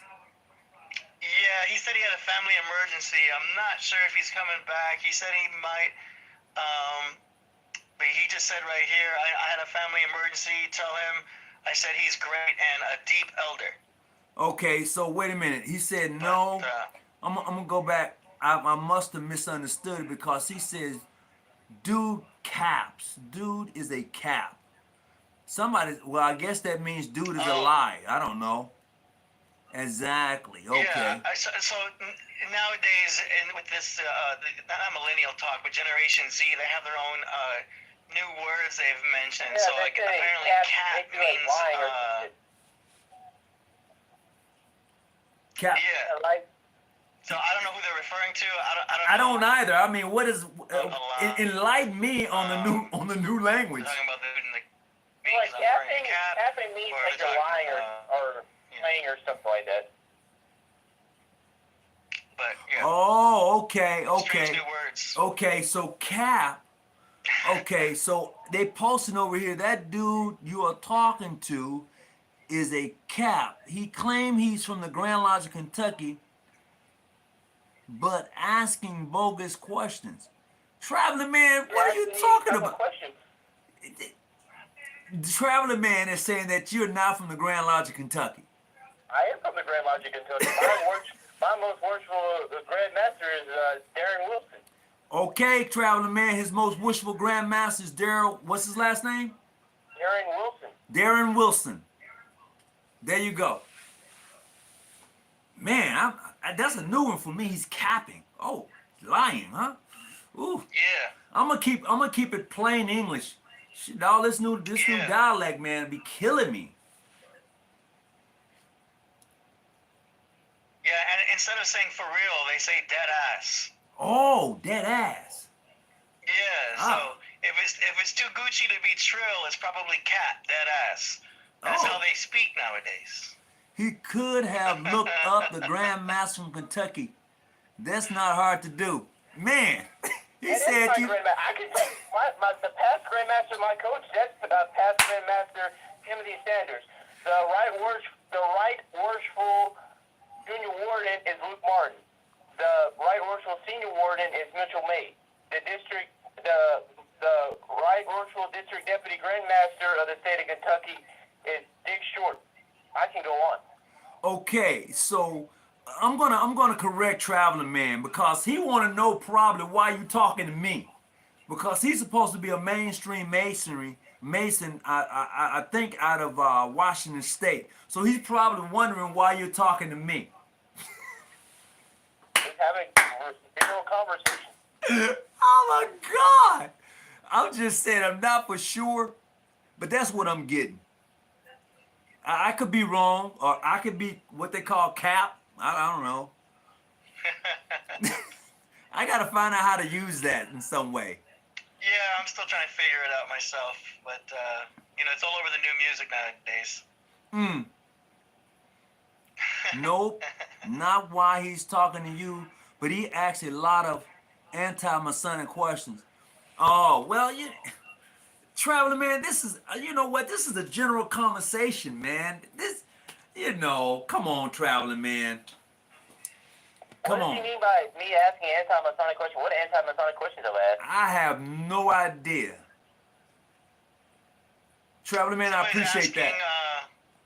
Someone's asking who are the P3. Borderline anti-Masonic questions I've asked. And how, and another thing, not to interrupt or, jump all over you all and stuff. How can you say that I'm not a member of the Grand Lodge of Kentucky? I can tell you what lodge I'm from, where it's at, when my lodge was chartered, everything. Ooh, Traveling man, he said he could tell you about his lodge, where it's at, when it was chartered, and you can look him up. Boom. Hey, what you were saying, bruh? What you were saying? Someone's asking who are the P3 Masons. Oh. Does he know?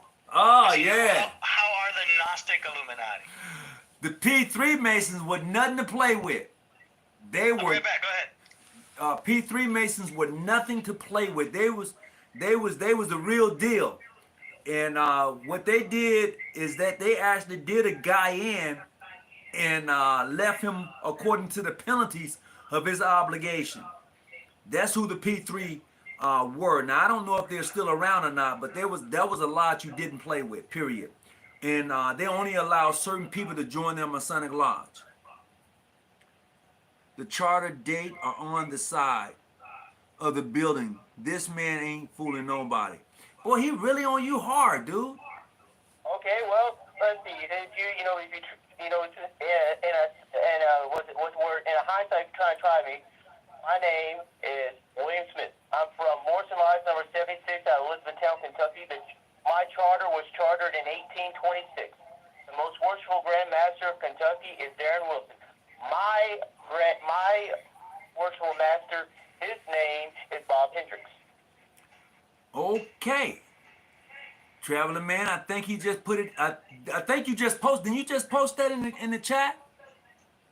See, bro, get real. I can look up any state Grand Lodge, subordinate lodge online. It will tell. Okay, I'm meeting Thursday. We eat at 6:30 and we meet at 7:30. He said I'm meeting Thursday. The lodge. Ooh, he said he's meeting Thursday at lodge. December the 1st, we're voting on our officers that day. There you go. Okay, I'm back. Okay. So we know of there's so many aspects to these societies. One of them is self-improvement. We know about alchemy, turning lead into gold, but figuratively speaking about, turning ourselves into gold, so to speak. Are there any self-improvement tips you can give us that can be generally, given to the public? The basic principles of life. Treat the next man as you would want to be treated. That is the honest truth. And when you do that, you will find that you now made a friend instead of that person being a stranger. Nice. That's what we do. So when I come across another Mason, regardless of his color, regardless of who, where, whatever, once we vibe, I've now found a friend. And if that person is true to who he is, My job is intel. I can tell by the way you talk. You're fishing for information. I'm not fishing for no type of information. He's still on you, bro. Yeah. Wow. I'm not fishing for anything. I'm just having general Masonic communication and talk. We're just talking about generalized shit. Dang, all the questions you ask should be directed to your Grand Lodge or Grand Lodge. Every Mason is subject to the rules of his Grand Lodge. Are you a part of the Jurisprudence Committee? Yeah, you want to ask him that question. I don't know what committee he's part of. You might want to ask him what part of Grand Lodge, what Grand Lodge he's in. I did say Washington. I could be wrong. Where do you hail from, my brother? He says, most definitely, my job is intel. Man, been doing this for years. He said, yes, sir. Where do you hail from? So what Jurisprudence Committee are you a part of? What are you trying to say that I'm doing that's wrong? He said, yes, sir. Since we're both Grand Lodge Estate. Ooh, wee. This is Brother William, this has gotten very interesting. I know that. Really interesting. Because I'm trying to see what I'm doing wrong. Don't answer that. Oh, wow. We vet all eavesdroppers. Brother Williams, I don't know why he's coming at you so hard, bro. I mean, I don't either. Fred Seals Jr., traveling man, are you familiar with behavior toward a strange brother, a stranger or a brother? I'm not the one on fire. You are. What do you mean by the one I'm on fire? Explain what you're trying to get at here. Let's keep it real. We all men. What's up, Shadow? I don't know if Priest is going to be able to come back. I'm trying to hit him back. Hey, don't even worry about it, bruh. Tell Priest I appreciate the fact that he had me on tonight. We could do this again, Absolutely. and when tell him the next time we do this, we're gonna have to have more structure. Let him know we're gonna have to pick a conversation topic. Yeah, I can see there's so many roads to go with this topic. So, Oh man, it's off the chain. yeah, it was a last minute booking. He told me last minute. So we're just honored to have you on. YouTube is in the description. So all those watching at home, be sure to subscribe. Oh Tony yeah, Hawkins YouTube channel. yeah. Come on over there, and I got some subjects for you, for real though, some Nice. real subjects. But, And are I you follow you talking too. about me, or are you talking about Brother Hawkins? What? For Tony Hawkins YouTube channel. nah, I think he's talking about the guy over in my chat. He said I would hate to see you brought up on Masonic charges per se. Oh wow, we have another super chat that just popped in last minute here. What's that? It is from Aquila Manu. He says, "Is there such thing to build your own lodge? If so, how would you go about it?"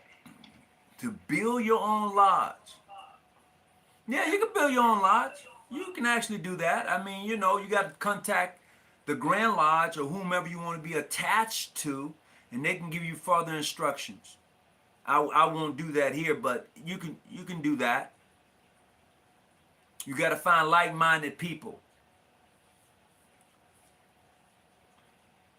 There I'm you trying to get down to the bottom of this. All right. So look, here's what we're gonna do.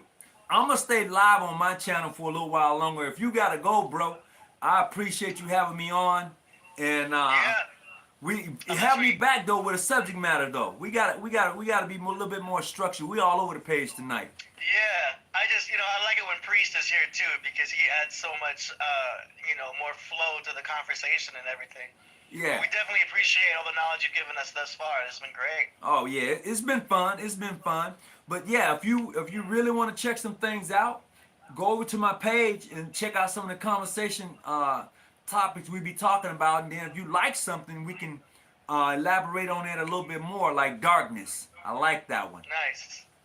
Yeah. Absolutely. Yeah. I always love the new knowledge, so this has been amazing. So I'm gonna sign off on the YouTube. No, I'm gonna Okay. sign off on your station, but I'm gonna stay live on mine. Okay, very good. All right then. Nice to meet you. Hey, Thank you so appreciate it. much. Okay, bro. Absolutely. See you next time. All right, peace.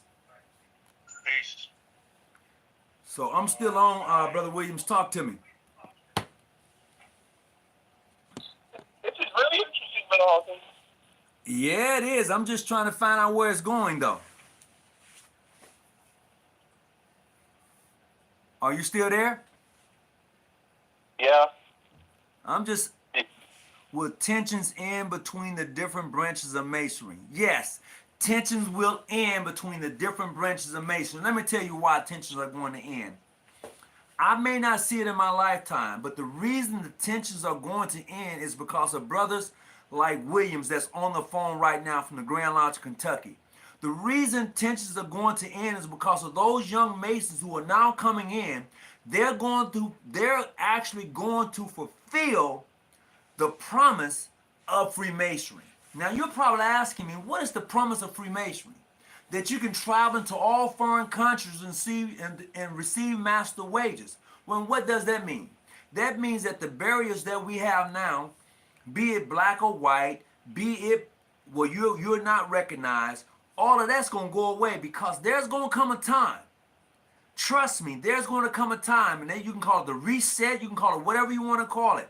It's going to come a time to where you who are Masons, you're no longer going to be asking, are you recognized? Because a brother is going to be seen for who he is. He's going to actually be tried as a Mason. He's going to actually have to prove himself to be exactly who he is. That time is coming. And when that time happens, that's going to unify Freemasonry. No matter what jurisdiction you're in, it's going to show the true essence of the brotherhood of Freemasonry. Just as it did for those in the Holocaust, just as it did for those who was in the 60s, just as it has always done. Masonry has always unified man for a common cause and good. It has. Now, has Masonry has its enemies? Masonry has its enemies. But Masonry will unify itself because of its enemies. And I see it coming. And that's a fact. I do. Just because of what's happening around us right now. And for those of us who are Masons, one day we're going to have to take off our rings, our car emblems, and we're going to have to really be who we, a secret society. I'm just saying. See, it's all fun and games now, you know, but when it really gets down to it, it's going to be something serious, you know, because there was a time in this country a long time ago to where it was what you call anti-Masons. People didn't want to tell you they was a Mason because people was afraid of the Masons because a lot of brothers were part of government. That's why they always say Masonry is trying to take over the government, because there was a lot of Masons who was congressmen, senators, judges, lawyers. They was all over the place. So this is what you get. But there's going to come a reset. I like that word. I'm going to use that word. There's going to come a reset. And Masonry is going to go underground. That's just my point of view. That is true. It is questionable if you are a member, because I have not stated a Grand Lodge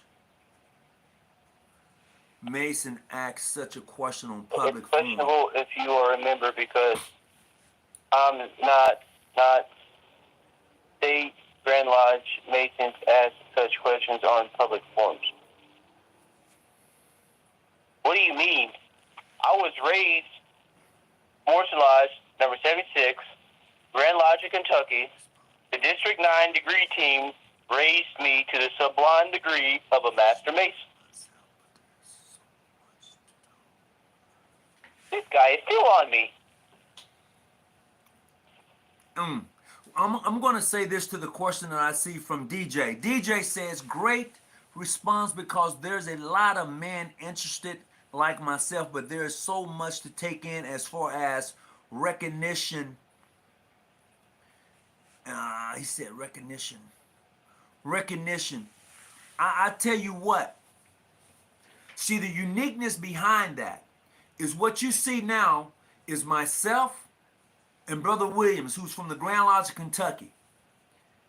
We may not have recognition as far as Grand Lodge is concerned, but we have conversation or recognition as far as the brotherhood is concerned. Okay, there you go, I'm back. As I said, there is a difference between having recognition with Grand Lodge Estate and having recognition with your Masonic brother in our obligation. Period. So don't be. Oh yeah, and that's the uniqueness. I'm gonna after I redo this particular video, I'm probably gonna cut some of it up. I'm probably gonna cut it, but it's been great. I mean, I haven't been on here 2 hours in a long time, man. It's been a long time since I've been on here for this long on a Monday. Bread. Jeez, it's been a long time. Was it? I've never had someone come at me this tall. As I wouldn't, it's a privilege. I'll take it. Hey, cool, come with it, because you are assured of who you are, and that's the difference. When you are assured of who you are, it doesn't matter what other people say. It doesn't matter what other people think. It's their problem. It's not yours. You already know who you are, and that's the beauty of it. They're just like me in my jurisdiction. I used to always get the kick down, but I knew the places I've gone, the brotherhood that the brothers I've come across, the bonds I've made, the friendships, it's all worth it, man. It's all worth it, and that's the beauty of it all. And that's what I enjoy about the craft. I would have never met Brother Williams, from Kentucky. I'd have never met him if it wasn't probably for Nico or him coming on and having this conversation. Funny, Brother Hawkins. I've known you before I knew Brother Nico. You've known me since I was at EA. Really? my goodness, bro. For real though, huh? Yeah, because I remember when I came into your live and I told you I was an EA and stuff, and I remember you said, "Well, brother, when you raise." Did you wait a minute? Hold on. Did you text me your address? No problem. What I'm gonna do, I'm gonna send you a marker. All right.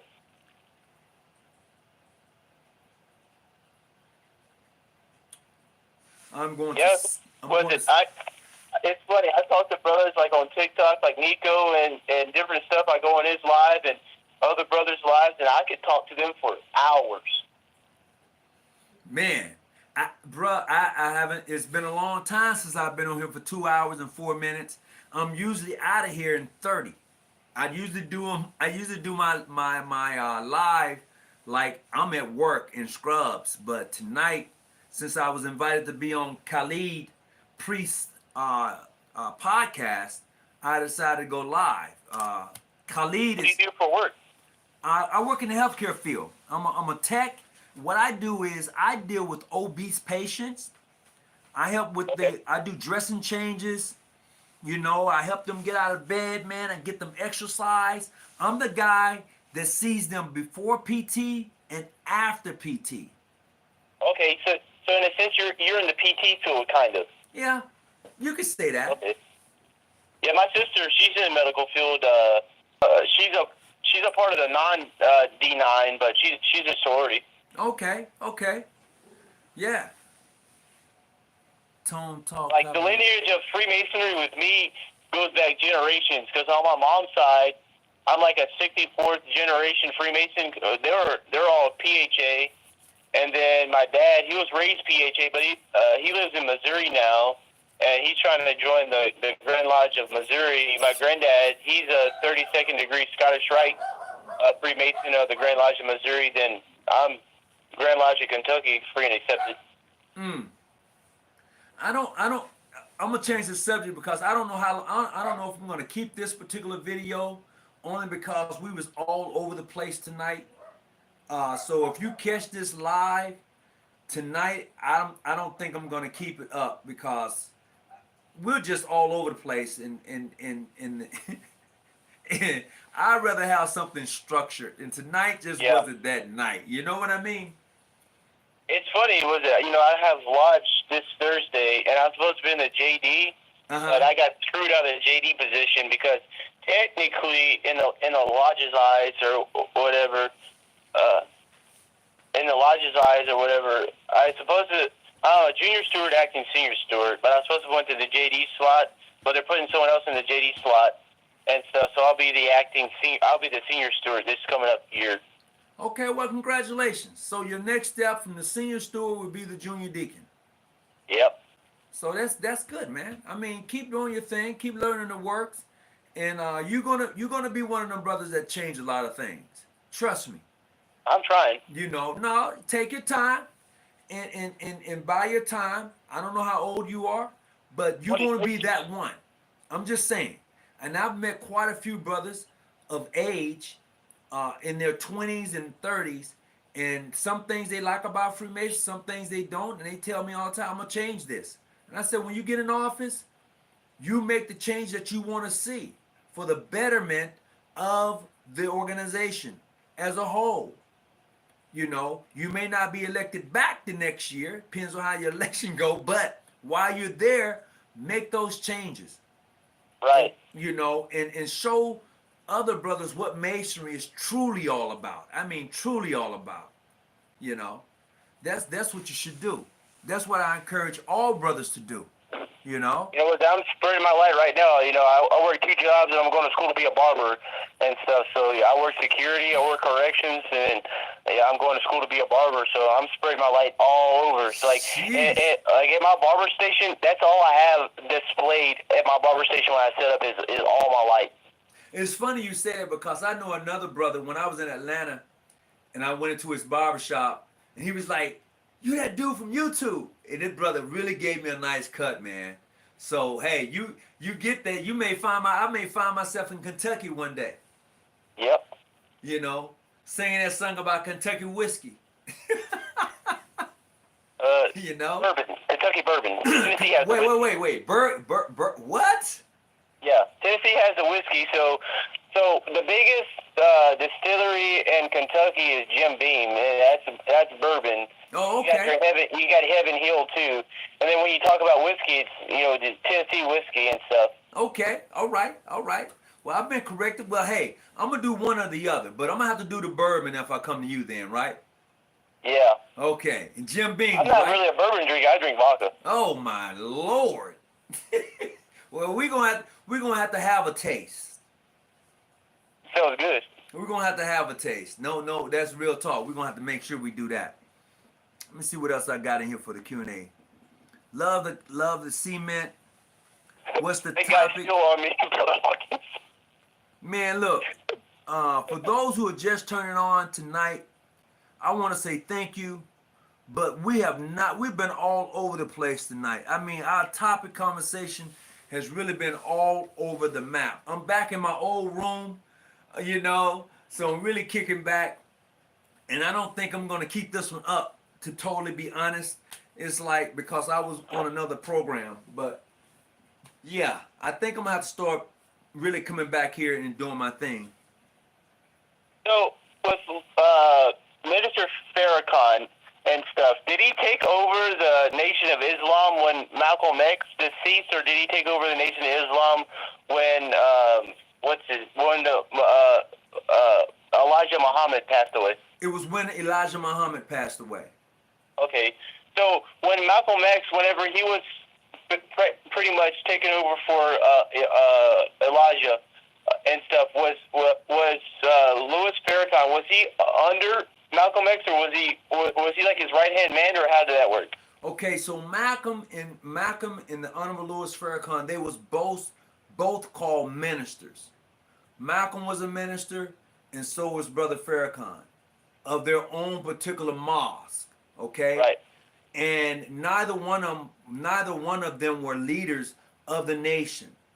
Okay. So even though Malcolm was killed during the time when Elijah Muhammad was the leader of the Nation of Islam, after Elijah Muhammad died, the Nation of Islam kind of became fractured. They actually became fractured, and the Honorable Louis Farrakhan kind of like rebuilt it, restructured it, brought it back to where it's at today. Okay, correct me if I'm wrong, because I know whenever Brother Malcolm, whenever he converted over to the Nation of Islam and stuff, he was more on the radical side. But is it whenever he went to Mecca and saw all the walks of life and creation, all the walks of life and race come together? Is that whenever he started becoming more not on the radical side, but more on the free-spirited side, in a sense? From what I've read, and I'm only going off of what I've read, Malcolm had been to Mecca a few times before that actually occurred. It's what you call growth. He had seen some things, and some things within the nation he didn't like, and some things he loved. So in saying that, he felt, well, you know what? I'm gonna take this road here. Right. He was told, especially when he made the comment about President Kennedy, the chicken comes home to roost. He was told to be quiet, not to say anything, and he didn't. He spoke on it, and that caused him to be censored, and Right. that caused a fracture between him and Elijah Muhammad. And then with that being said, the government got involved. Of course, the pro got involved, and it really kind of fractured things between him and the nation. So, in a sense, so Malcolm's views at first was more of, kind of what Martin Luther King was doing, but more on the radical side, in a sense. And then whenever he started realizing and rationalizing that there's more than one race than the African American race, that we all need to come together. Is that whenever the Nation of Islam started hating on him? No, because what happened is that if you notice, here's the strangest thing between Malcolm and Martin Luther King. Martin Luther King, before he died, began to become more radical as Malcolm X began to become more like Martin Luther King. Right. So it was almost they was almost like a mirror of each other beginning to change because they had even before that Malcolm and Martin met beforehand, so it was a strange relationship, at that time between those three, and it was a beautiful thing. But I would tell you this: the government would not have allowed that to happen. They would never have allowed Malcolm, Elijah Muhammad, and King to come together to see eye Right. to eye. They would have never allowed that to happen. That's why they had to go. Malcolm and King had to go. So hey, Since you've met the Honorable Louis Farrakhan and stuff, maybe you can enlighten me or explain this video he has on YouTube about Freemasonry. Or maybe you can break it down or dumb it down for me. And so, some things I agree with, some things I don't agree with and stuff. So this becomes like, I guess it's like a race topic in a sense. So in this video, why does he say that the black Freemasonry? Because I'm no means racist. I'm biracial, anyways. Whenever he says there's no secrets in black Freemasonry, but there's a whole lot of secrets in white Freemasonry, what did he mean by that? okay, first of all, I'm going to stand corrected on something real quick. The brother just said that the minister Louis Farrakhan took over after the ouster of Wallace Dean Muhammad for changing his father's Elijah Muhammad's teaching. I used to be in Muhammad Mosque number 11. Okay, I appreciate that. I stand corrected on that. Now, to answer your question, what he's saying is that white Freemasonry is more connected than those of black Freemasons, period. It had nothing to do with no more than saying, look, they're more structured, they're more connected politically, financially. They're just more is the machine is just well greased, And here you have black Masons, which is structured but fractured. That's what he meant. So when you have an organization like mainstream Grand Lodges before integration came along, that machine had all the political power. It had all of the it had everything. I mean, legitimately speaking, it was that machine. So people were afraid. This is where people got afraid of Masons per se because of who was part of the Freemasons. That's what he meant by it. Okay. Yeah, I didn't know because when I was trying to depict because I watched it and I was watching it and I watched it again, and like it rubbed me the wrong way of how I guess it's how the message that he partaked or something of that nature. Yeah, but let's be honest with yourself and look at it for what it is. He's Right. clearly saying, "Hey, look, you black Masons, you're Masons, but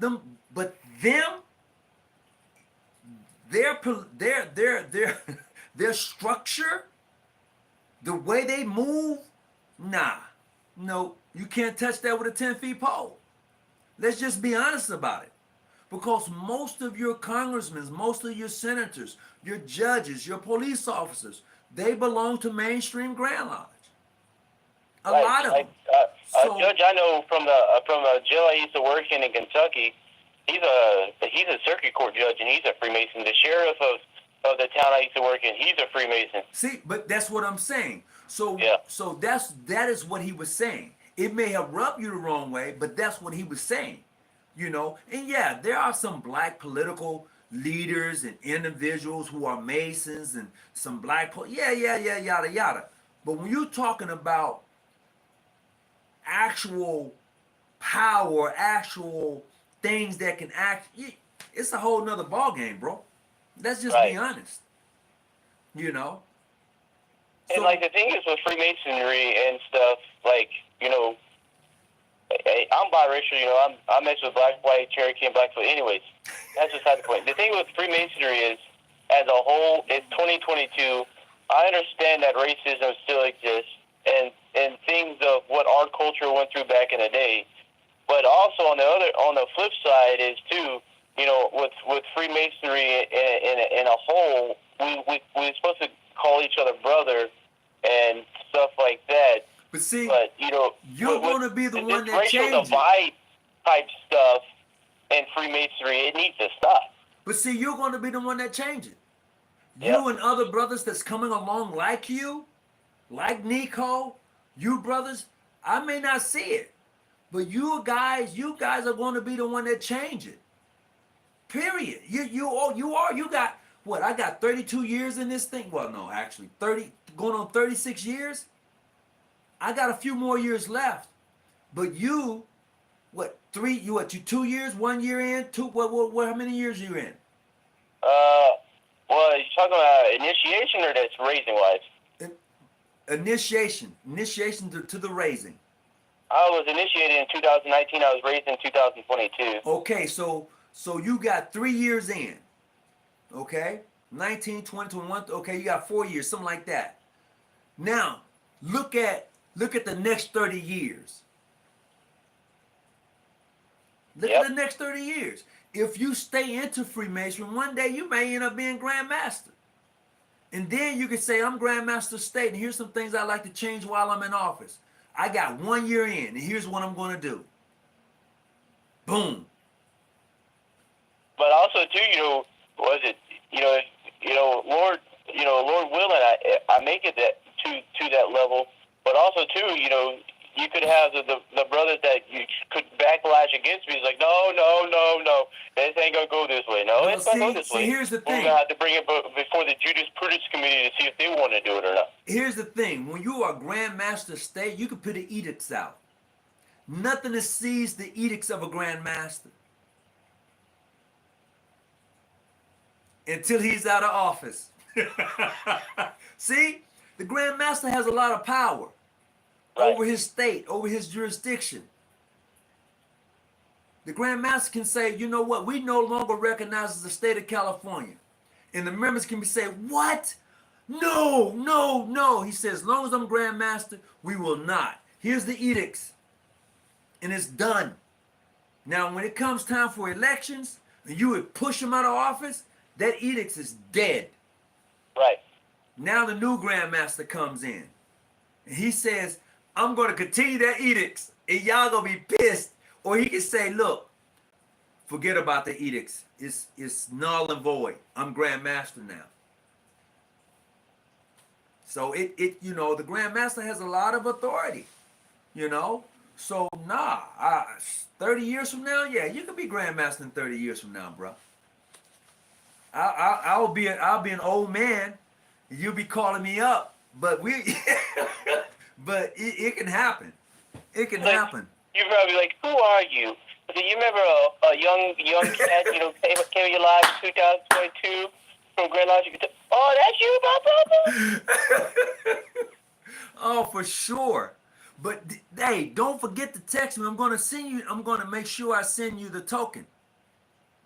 I texted you. Okay. You put that address in there? I'm about to. Okay, put the address in there. I'll definitely make sure I send you a token. Yes, sir. I'm gonna show you what it's gonna look like. Okay.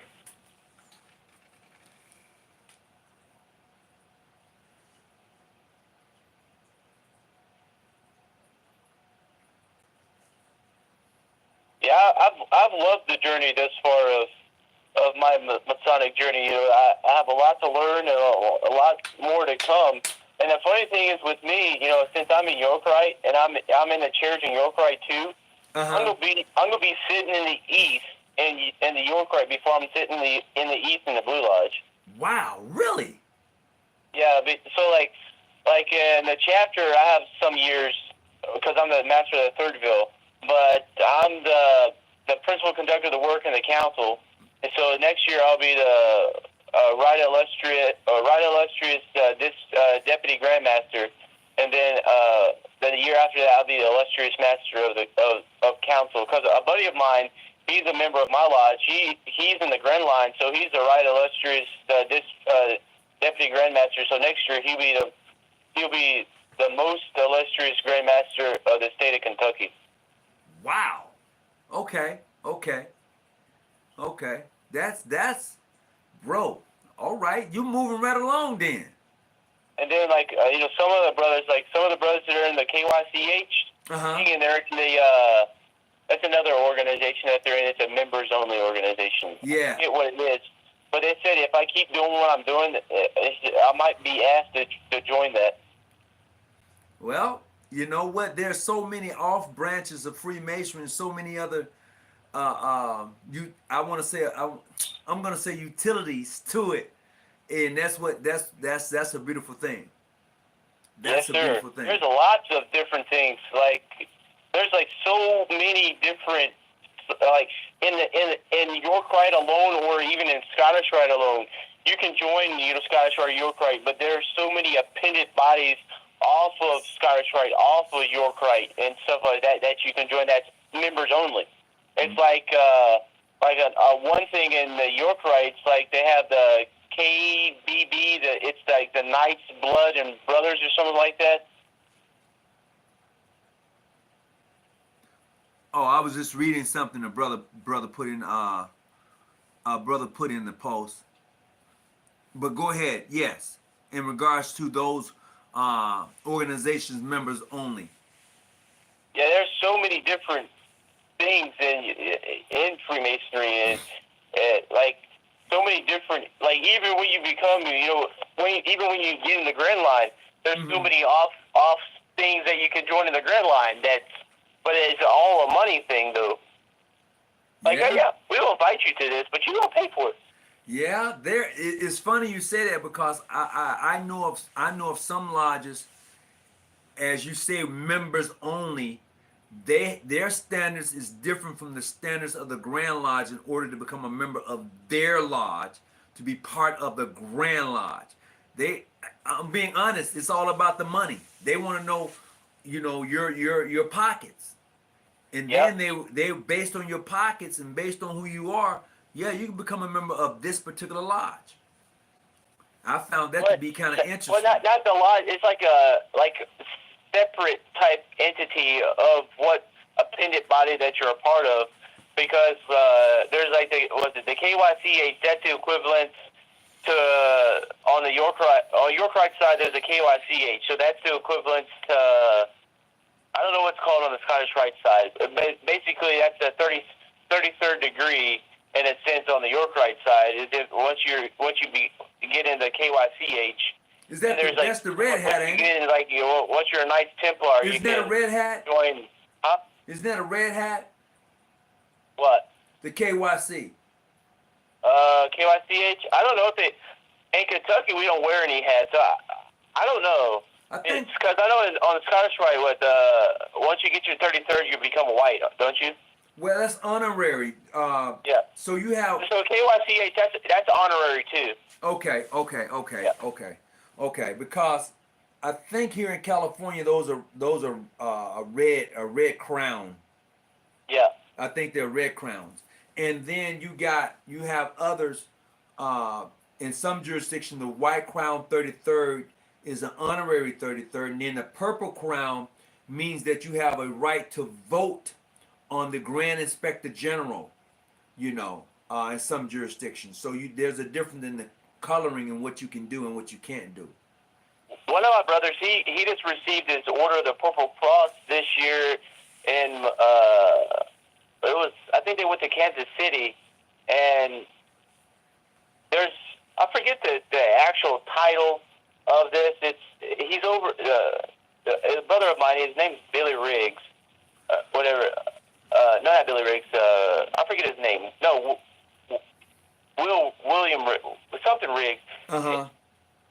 Anyways, he just received something, and on the York Rite side, he's over the whole entire, I guess, central region of the United States or something. I don't know.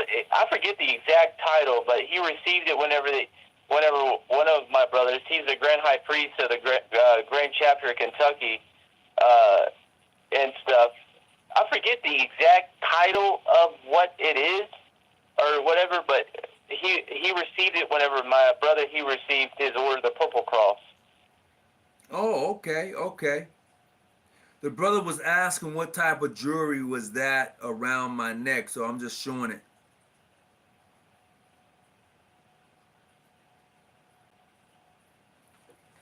So yeah, What is that exactly? that is that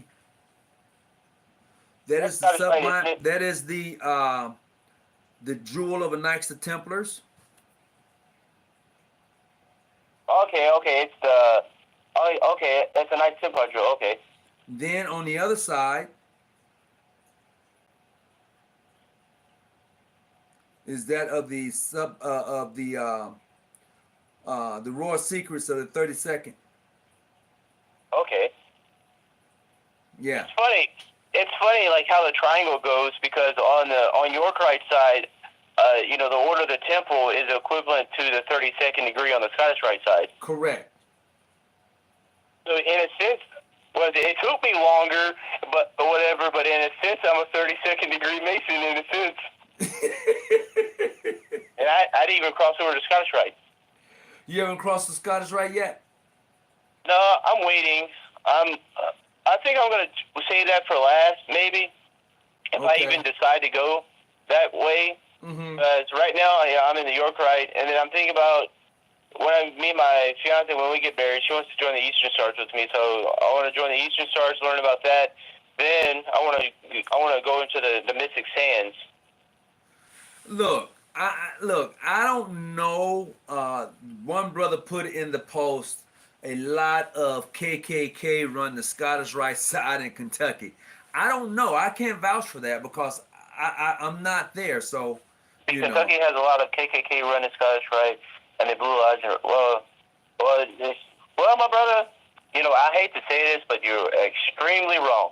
Because if the KKK was running the Lodge of Kentucky, I wouldn't be a member of the Blue Lodge, of the Grand Lodges of Kentucky, because in my lodge alone, we're the most diverse lodge in my district. Because I'm biracial, we have a Puerto Rican, we have a Hawaiian brother, and we have an African American brother.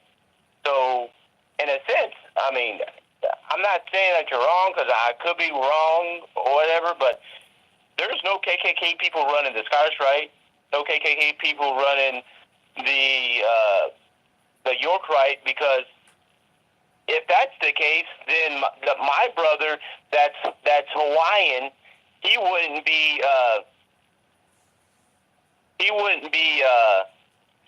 in the Grand Line of the Council of Kentucky. I wouldn't be a member of the lodge that I am a member of if the KKK was running that.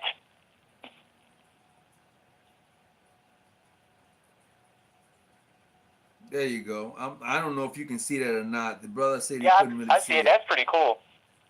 Yeah.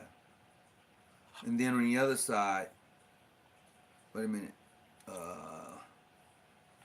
There you That's go. cool. You know what? Off the phone, I tell you how I got this. Offline. Okay. Yeah. It was pretty cool how I came across it. You know. I like that. That's cool. Yeah. I've only seen two of these. I've only actually seen two of them. The other one opens up to the Rosicrucian degree. Okay. It's just That's like this, but it opens up, and when it opens up, it has the Rosicrucian degree inside. The Rosicrucian degree? Yep, Is that on the Scottish Rite or York Rite? that's on the Scottish Rite. Okay. Let's see. I appreciate it. That's beautiful. Yeah, I appreciate it. He Like said, my I'm not, ring, talking, like I'm not you know, touching that topic. my ring, like I got off of Amazon, I think, Uh-huh. to financial reasons. But my ring that I have, all the brothers like my ring. It's not even real. It's real, but it's not real. Like the diamonds aren't real or anything. But the design and of what the ring looks like, it's like, where did you get that ring from? It's like Amazon. I think like $40 for it. So the question for you tonight is, does your Grand Lodge recognize Prince Hall Grand Lodge in Kentucky? Yes, yes. Kentucky recognizes the Prince Hall Grand Lodge of Grand Lodge of Kentucky recognizes the most worshipful Prince Lodge Grand Lodge, or most worshipful Prince Hall Grand Lodge of Kentucky. Yes, we recognize them. We can visit them. So I can break it down to you if you have time. Do you have dual membership? No. So Kentucky. So in Kentucky you can't have dual membership. So if a brother from the Grand Lodge wants to go to PHA or vice versa, you have to demit from that Grand Lodge. You have to get a letter in good standing to go to that Grand Lodge to go to that lodge. Mm. Yeah, so you can't dual membership. You can't dual membership Grand Lodge of state to Grand Lodge to Prince Hall Grand Lodge because you can't. In the state of Kentucky, you can't be under two different Grand Lodges. The Grand Lodge of California does not, as far as I know of, the last conversation I had with some brothers over there, they do not allow dual membership with PHA. You have to demit and join California Grand Lodge. And you have to have a letter of good standing from your Grand Secretary and stuff. And then, correct me if I'm wrong. Prince Hall or Grand Lodge of State, if you're a Master Mason and you want to go over to that side and you demit, would you have to go through all the 3 degrees of Masonry again? Not if they have mutual recognition. Okay, but if they don't have mutual recognition, yes, then that's when you have to do the degrees over again, right? Yep. Okay. Yeah, it's like the treaty that they signed, the treaty that the Kentucky signed from the two Grand Masters. We have mutual recognition. We can visit each other's lodge and stuff. It's just you can't be a member of both lodges. But like the funny thing is, you can be an honorary member because the Grand High Priest of Kentucky, he's an honorary member of the Prince Hall Grand Chapter. I was raised in mainstream, but I also have dual membership with Prince Hall in the Eastern Star Prince Hall. Oh, okay. That's what someone just put. So look, we've been on here for a minute, and I'm about to cut it short. I know it's late on the East Coast, but what we're gonna do? Don't hang up, Brother Williams. I'm gonna tell you something real quick.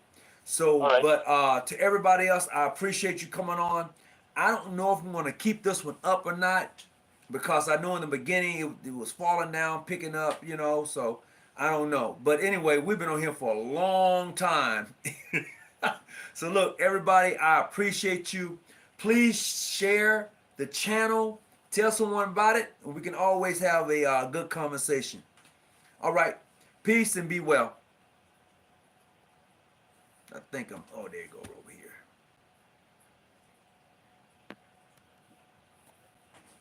Hello? Yeah, I'm still